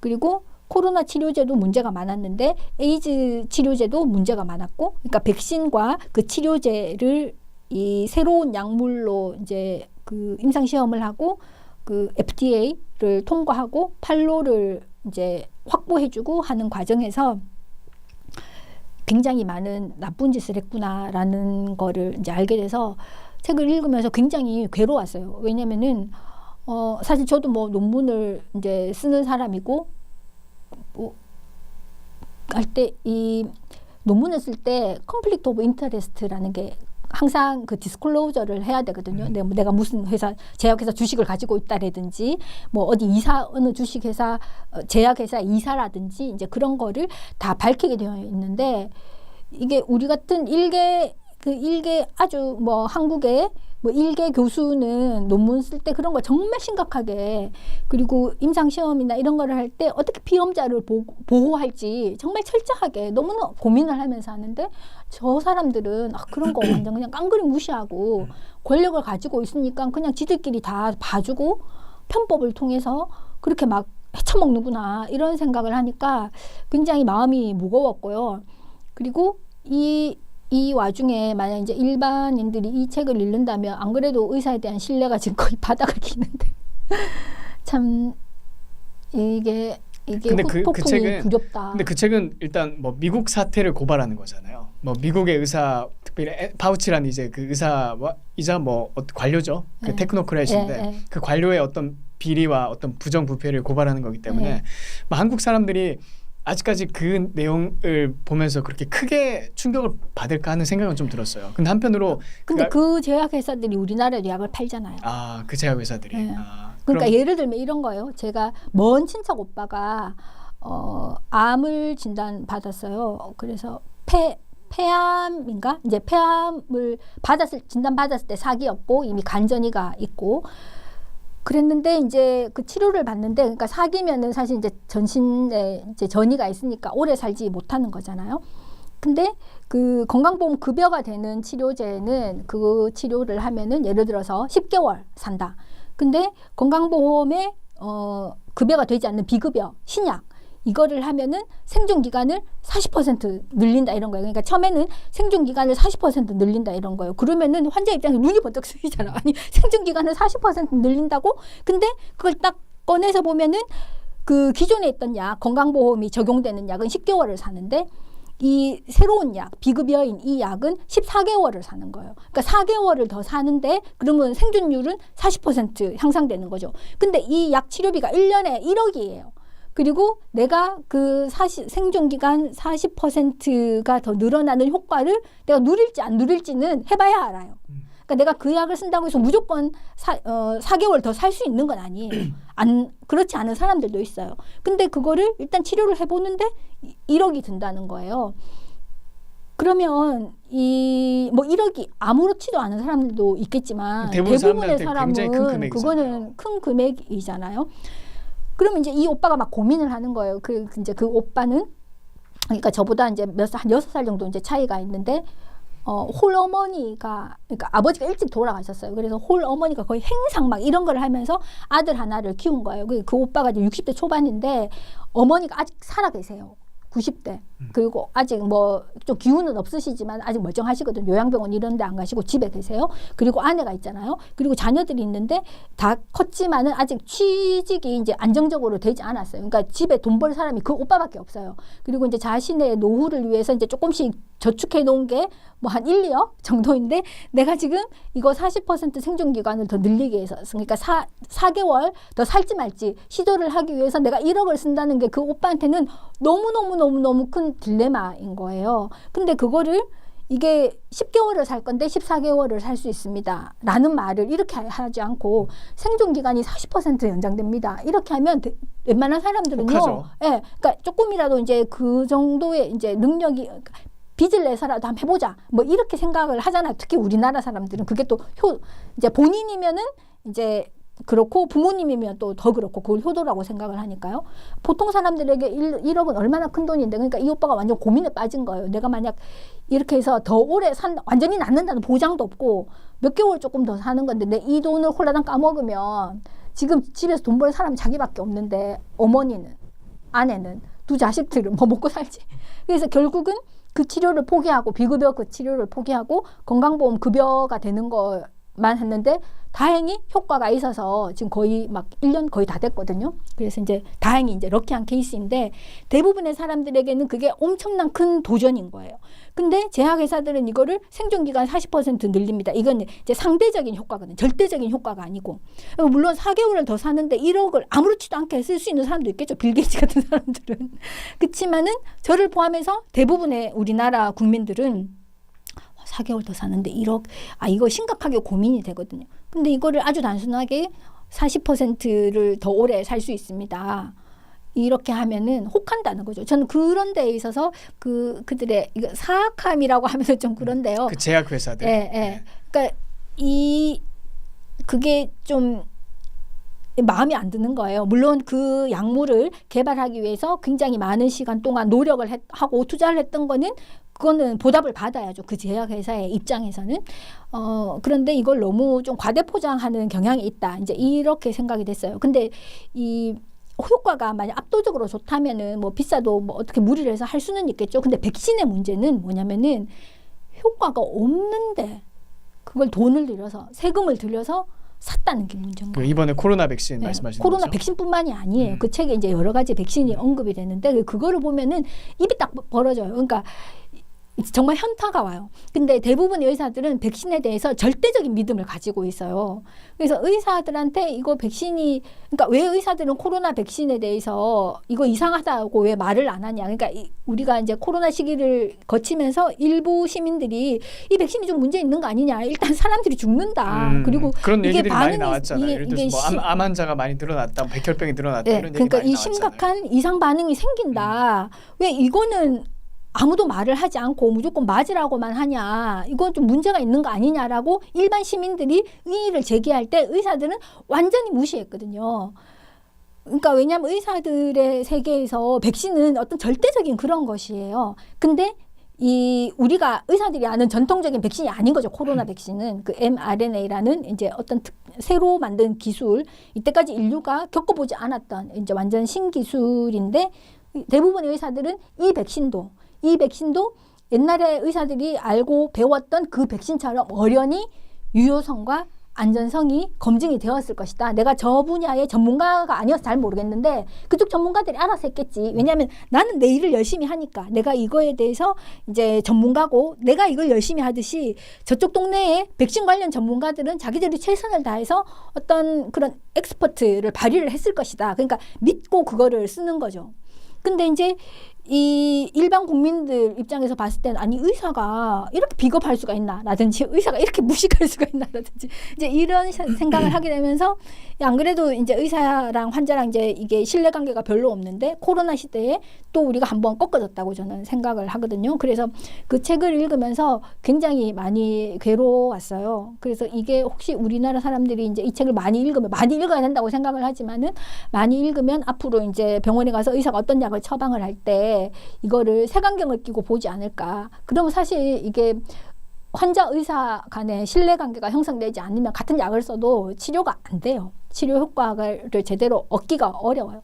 그러니까 의사도 힘들고 환자도 힘들게 되는 거죠. 그래서 이 후폭풍이 좀 두렵기는 해요. 두렵기는 하지만은 이랬다는 게 이게 그냥 단순히 음모론이 아니라 최소한 코로나 백신에 대해서만큼은 이 약은 안전하지가 않았다는 거. 그리고 효과도 없었다는 것. mRNA라고 이제 새로운 기술을 적용해서 이제 백신을 만든 거잖아요. 근데 거기 뭐 책에서 말하는 것이든지 아니면 교수님께서 뭐 가지고 있는 지식을 기반으로 해서 이게 어떤 문제가 있었는지 좀 얘기를 해주실 수 있나요? 그러니까 이게 그 의학에서 이제 골든 룰인데요. 어떤 단백질이 모여서 이제 그 RNA 있는 어떤 지도 같은 그런 거예요.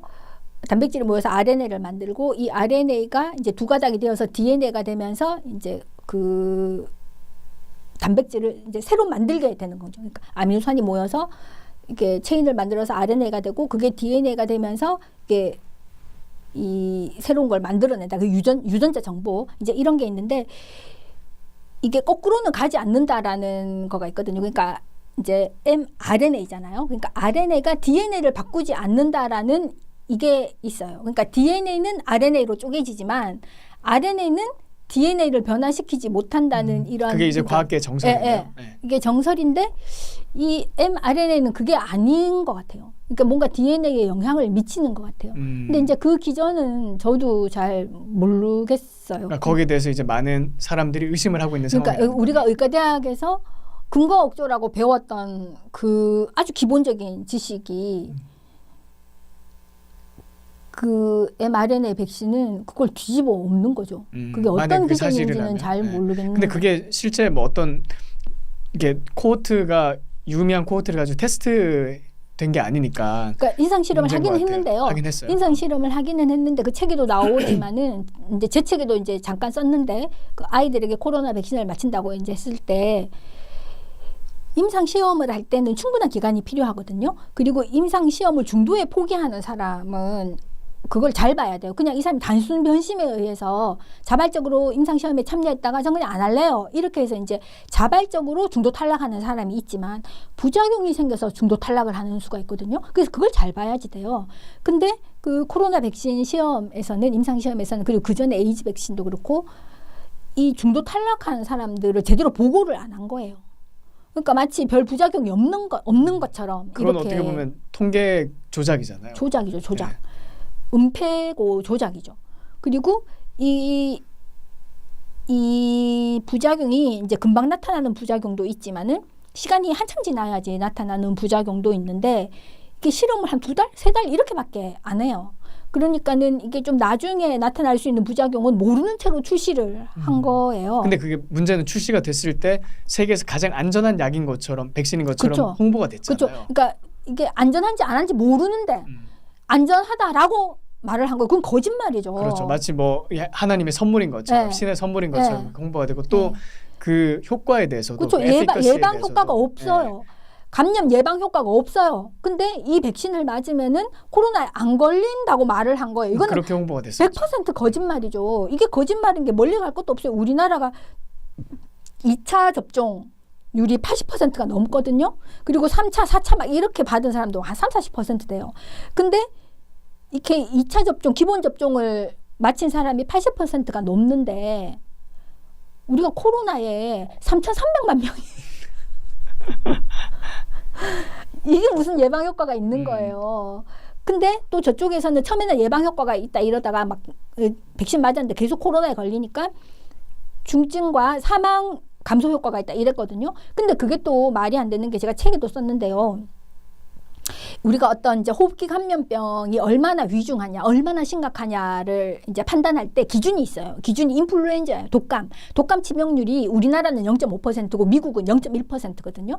근데 이제 대체로 우리나라가 많이 죽는 거고 보통 0.1%를 기준으로 해요. 근데 코로나 백신을 우리가 맞기 시작했던 시점이 2021년 초반이거든요. 근데 그 전에 이미 코로나 치명률이 0.1%가 됐어요.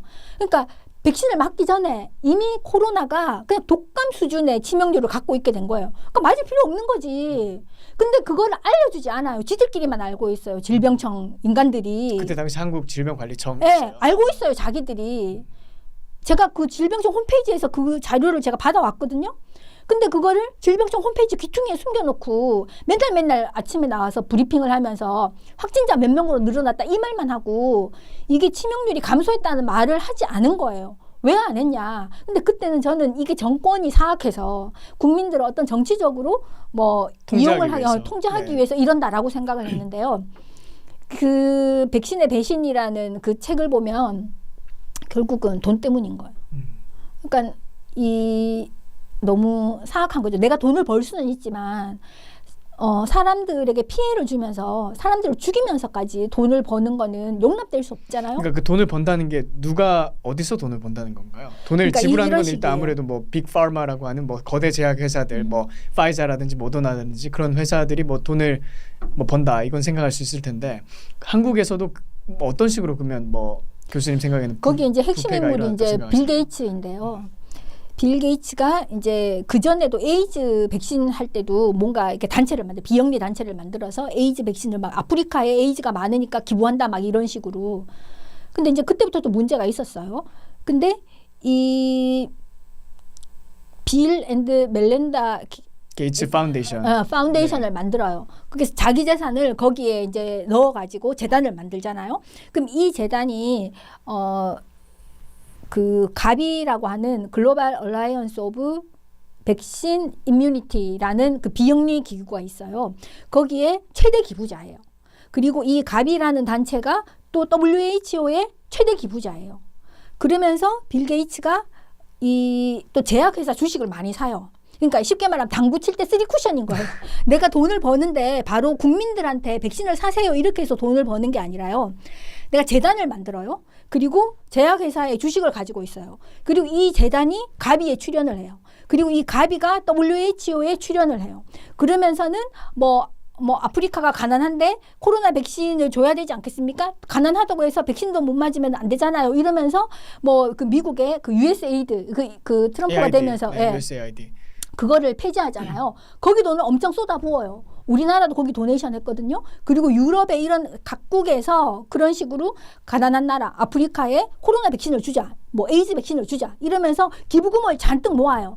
그러면은 이게 효과도 없고 이게 부작용이 많은 백신인데 팔 때가 결정된 거예요. 그러니까 주로 아프리카 가난한 나라 이게 그 나라는 그 감염이 돼서 죽는 게 아니라 깨끗한 물을 못 먹어서 죽고 영양 결핍으로 죽는 거예요. 이게 깨끗한 물과 영양은 인체의 면역 기능에 있어서 굉장히 중요하거든요. 그러니까 이게 전반적인 나의 어떤 면역 기능이 좋으면 굳이 백신 안 맞아도 다 물리쳐요.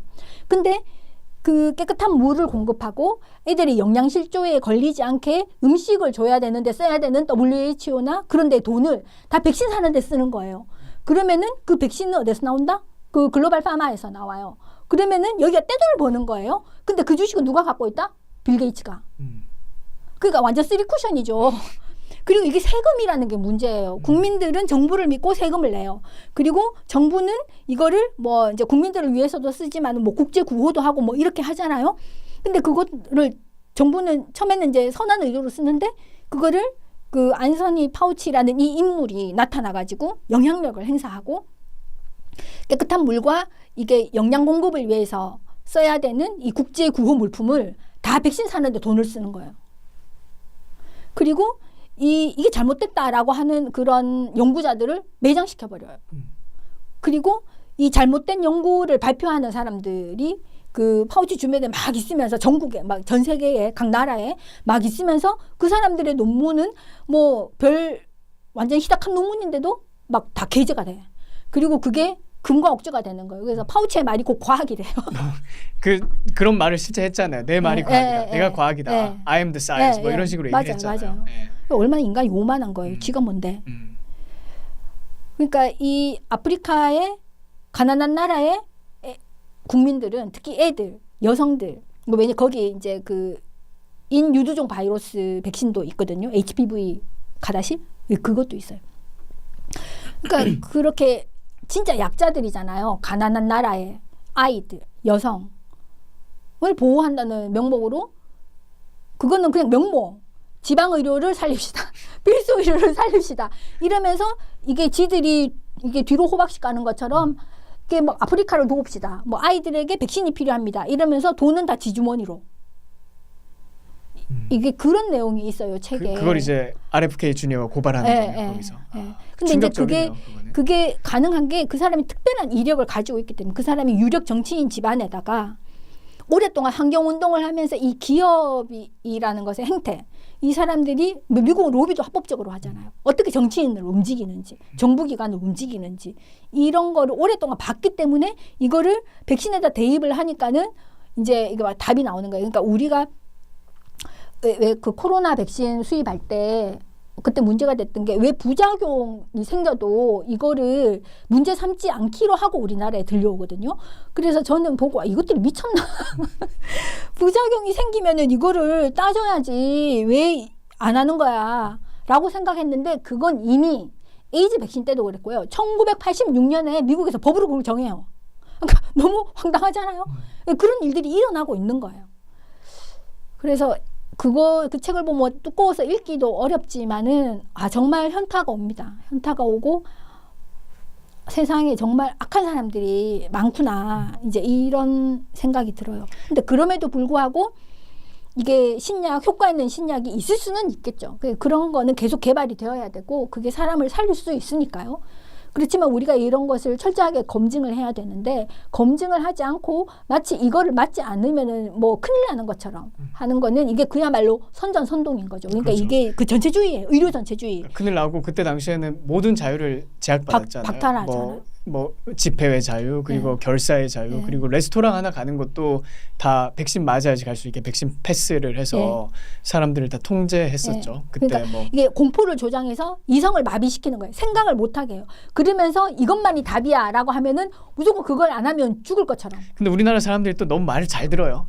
맞아요. 그게 문제예요. 이렇게 좀 반항도 하고 해야 되는데 저는 이제 이번 그 코로나 사태 특별히 지난 뭐 문재인 정권에서 있었던 그 코로나 그 전체주의를 보면서 한국 사람들이 참 너무 말을 고분고분 잘 듣는구나. 정부에서 뭐 이렇게 하십시오 하면 그냥 네 하고 그냥 따라가고 하는 그런 모습이 있다는 걸 있다는 거에 대해서 좀 놀랐고 그다음에 그럼에도 불구하고 그 사태가 끝났는데도 여전히 그 정부에 대해서 굉장히 큰 믿음을 유지하고 있다는 게 좀 놀라워요. 지금도 뭔가 일이 나면 사람들이 정부를 찾잖아요. 뭐 해결책이 필요하다 하면 뭐 정부가 어디 있어? 나라가 날 해줘야지. 뭐 이런 식으로 생각을 하잖아요. 근데 그때 당시에 정은경이 했던 행태라든지 아니면 문재인이 보여줬던 행태, 그다음에 보건복지부의 관료들이 보여줬던 행태를 보면 절대 그 사람들을 신뢰할 수 없잖아요. 어떻게 신뢰하겠어요? 근데 지금도 많은 한국인들은 그 정부 관료들, 그다음에 정부 자체에 자신의 삶을 위탁하면서 결정을 위탁하고 그들이 뭔가 해결책을 제시해 줄 수 있는 것처럼 그리고 그들이 뭔가 내 삶의 문제를 해결해 줄 수 있는 것처럼 그 막연한 믿음을 가지고 있다는 거. 그게 좀 안타까워요. 그 현실이. 그러니까 우리나라 국민들은 대체로 정부에게 너무 많이 기대하는 거, 너무 기대는 것 같아요. 너무 의존적이에요. 내 삶을 내가 개척한다라는, 내가 체크할 거야, 내가 확인할 거야, 이런 생각은 전혀 없고, 뭐 배가 엎어져도 대통령 책임이고 산불이 나도 대통령 책임이고 홍수가 나도 대통령 책임이고 물론 이제 정치의 책임이 어느 정도 있기는 하지만 근데 교수님 그거는 보수 대통령만 책임이잖아요. 그렇죠. 그래서 이게 왜 이렇게 조선시대로 회귀하는 것 같아요. 옛날에는 가뭄이 임금님 책임이라 가지고 가뭄 오면은 임금이 기우제 지내고 막 이러잖아요. 지금 강원도에서도 기우제를 했다고 하더라고요. 21세기에 무슨 기우제예요?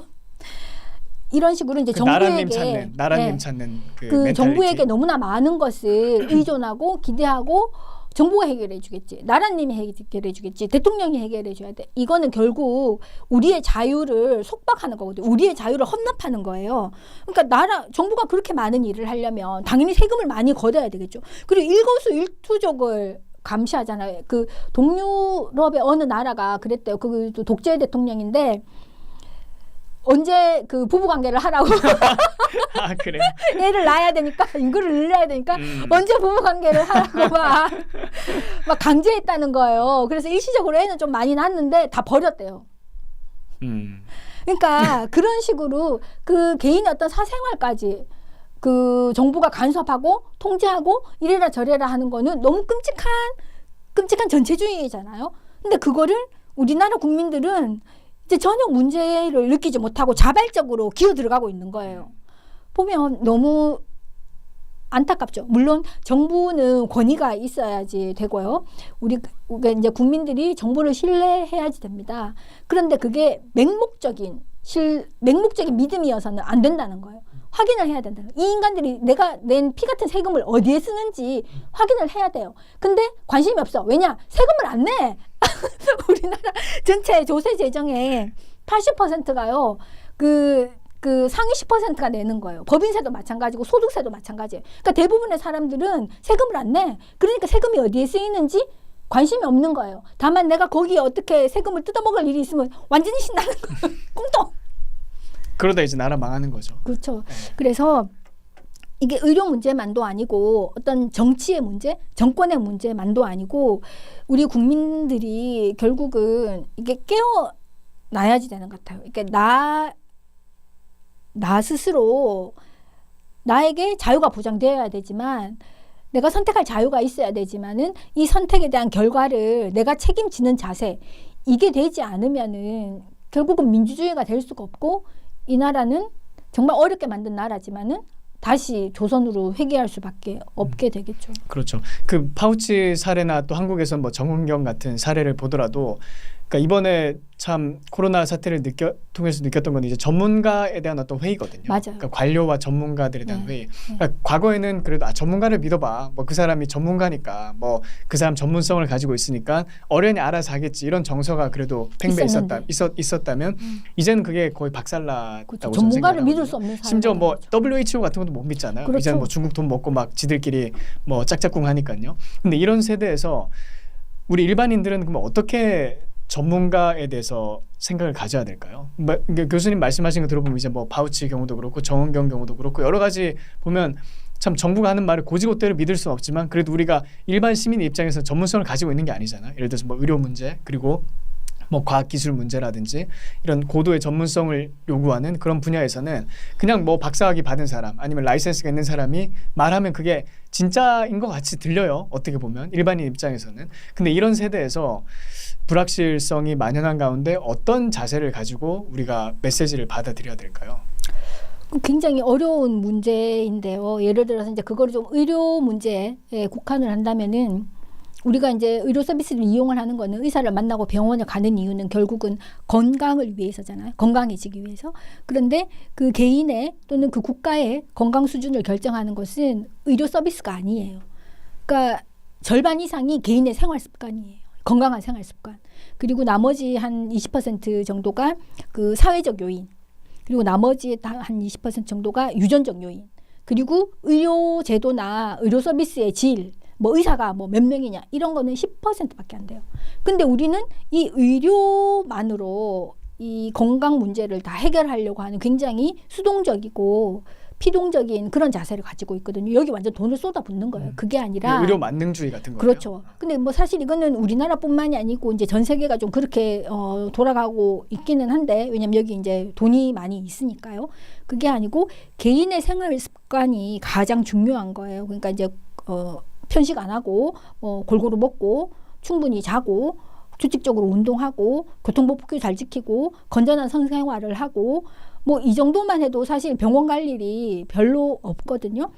이렇게 하면 저절로 면역력이 좋아지기 때문에 웬만한 감염병은 그냥 다 물리칠 수 있고요. 물론 이제 뭐 나이가 많다든지 기저질환이 있어서 면역 상태 자체가 이제 낮은 사람들도 있지만 보통의 사람들은 이렇게 하는 우리가 건강한 생활 습관을 가지는 것만으로 해도 의학의 도움을 받지 않고 나의 건강 상태를 유지할 수 있는데 우리는 너무 약으로 해결하려고 하고 주사 한 방으로 한 끼에 빨리 나아야 되고 이제 이렇게 하니까 결국은 우리가 그 사람들의 노예가 되는 게 아닌가 그런 생각이 들어요. 그래서 결국은 참 어려운 문제인데요. 전문가를 신뢰해야 되지만 전문가 말만 믿고 있어서는 안 된다. 그럼 이걸 언제 신뢰하고 언제 이게 의혹의 눈초리를 가져야 되는지 굉장히 어려운 문제예요. 그렇기 때문에 이 전문가의 직업 윤리가 굉장히 필요하다라고 생각을 하거든요. 그런 점에서 이 의사들이 의사로서 가장 기본적인 직업 윤리는 do no harm이라고 그래가지고 환자에게 피해를 끼치지 말라라는 거거든요. 이건 정말 아주 기본적인 그런 건데 이거를 지켜야 되는 거죠. 그리고 그 전문가 윤리를 잘 지키는 거 이게 정말 그 아주 최소한의 기본이고 이런 걸 통해서 이제 우리가 신뢰를 쌓아야지 되겠죠. 그리고 모르는 것을 모른다라고 할 줄 아는 용기가 있어야지 되는 것 같아요. 근데 사실 이게 쉬운 문제는 아닌데요. 전문가는 전문가 윤리를 지켜야 되고 거기에서 신뢰를 얻어야 되고 또 각 개인은 건강 문제를 스스로 책임을 져야지 이게 의사나 대통령이나 약으로 해결하려고 하면은 안 되는 것 같아요. 근데 그런 점에서 저는 그 정은경 지금 이제 복지부 장관이 됐는데 뭐 그 사람을 뭐 감옥에 넣어야 된다든지 그렇게 생각하지는 않아요. 그러니까 그 사람이 알고 그랬을 수도 있고 모르고 그랬을 수도 있는데 사실 질병청 홈페이지를 보면은 몰랐을 수는 없어요. 몰랐을 수는 없는데 그 사람도 그 이제 그 어떤 조직의 수장으로서 아니면은 그 정권의 어떤 멤버로서 자기가 할당받은 그런 역할이 있겠죠. 자기에게 부여된. 그러니까 이제 그런 거에서 개인의 윤리를 벗어나서 이 집단의 그런 이익에 충실을 해야 되는 그런 상황이 있었을 수도 있을 것 같아요. 그러니까 이제 나쁘게 말하면은 정은경은 아이히만 같은 사람이고요. 좀 좋게 말하면은 막 의도적으로 그렇게 한 건 아니었는데 좀 잘 몰랐다. 그러니까 질병청 홈페이지에는 정보가 있는데 그걸 일일이 볼 시간이 없었다. 이제 이렇게도 볼 수 있을 것 같아요. 그래서 그 개인을 응징하는 것보다는 다음에는 이런 일이 없도록 하는 거, 저는 그게 더 중요하다고 생각을 하거든요. 근데 이제 이런 비슷한 이야기를 페북에 썼더니 이제 절대 안 된다고 뭐 처벌해야 된다. 응징을 해야 된다고 응징해야 이제 된다. 그렇게 하는데, 그럼 아무도 그런 책임 있는 자리에 가는 거를 기피하겠죠. 아무것도 결정하지 않으려고 하겠죠. 그래서 그거는 좀 아닌 것 같아요. 시스템을 만드는 게 중요하잖아요. 그렇죠. 시스템이 형성돼서 누가 그 자리에 가더라도 어느 정도의 그 성과를 낼 수 있도록, 국민을 위한 성과를 낼 수 있도록 그 시스템을 정비하는 거, 그게 참 필요하다는 생각이 들어요. 근데 그러려면 또 잘못한 사람들에 대한 또 그 어떤 그 책임은 묻는 건 필요하잖아요. 그렇지 않을까요? 그렇죠. 좀 그러니까 책임을 묻는 그 거? 경계가 참 어려운 것 같아요. 그러니까 어떤 절차가 잘못됐다면은 그거는 책임을 물어야 된다고 생각을 하거든요. 근데 그게 의도하지 않은 결과가 나왔다고 했을 때 한마디로 그 실력이 결과 없어서 자체에 실력이 없어서 그냥 문제가 네. 생겼다. 네, 뭐 그러면 그런 거는 이제 문제를 삼을 수 있겠지만은 아니면은 이런 절차를 거쳐야 되는데 절차를 거치지 않았다. 독단적으로 결정했다. 편법으로 결정했다. 이런 것은 우리가 문제를 삼아야지 되겠죠. 그렇지만은 그게 나쁜 결과를 가져왔다고 해서 무조건 처벌을 하는 것은 그건 바람직하지 않다고 생각해요. 이건 또 의료사고랑도 비슷하거든요. 그래서 결국은 우리 국민 전체가 어떤 좀 더 수준이 높아져야 된다라고 생각하고, 전 이게 아주 불가능하진 않다고 생각하거든요. 왜냐면은 아까 그 노태정님도 말씀하신 것처럼 우리나라 국민들이 굉장히 순종적이고 말을 잘 듣는다고 했잖아. 그러니까 이거를 좋은 방향으로 쓰면 정말 우리가 단기간에 경제 성장을 이루었듯이 단기간에 우리가 뭔가 어떤 그런 어떤 수준을, 뭐 지적 수준이라고 하면 좀 그런데 국민적인 수준을 수준을 올릴 수도 있을 것 같거든요. 그래서 그런 좋은 지도자가 나타나면 좋겠다. 근데 이제 문제는 좋은 지도자가 나타났어도 우리가 그 사람을 알아보지 못한다면 결국은 안 되겠죠. 그래서 결국은 국민 한 사람 한 사람의 이 수준을 높이는 게 관건이다.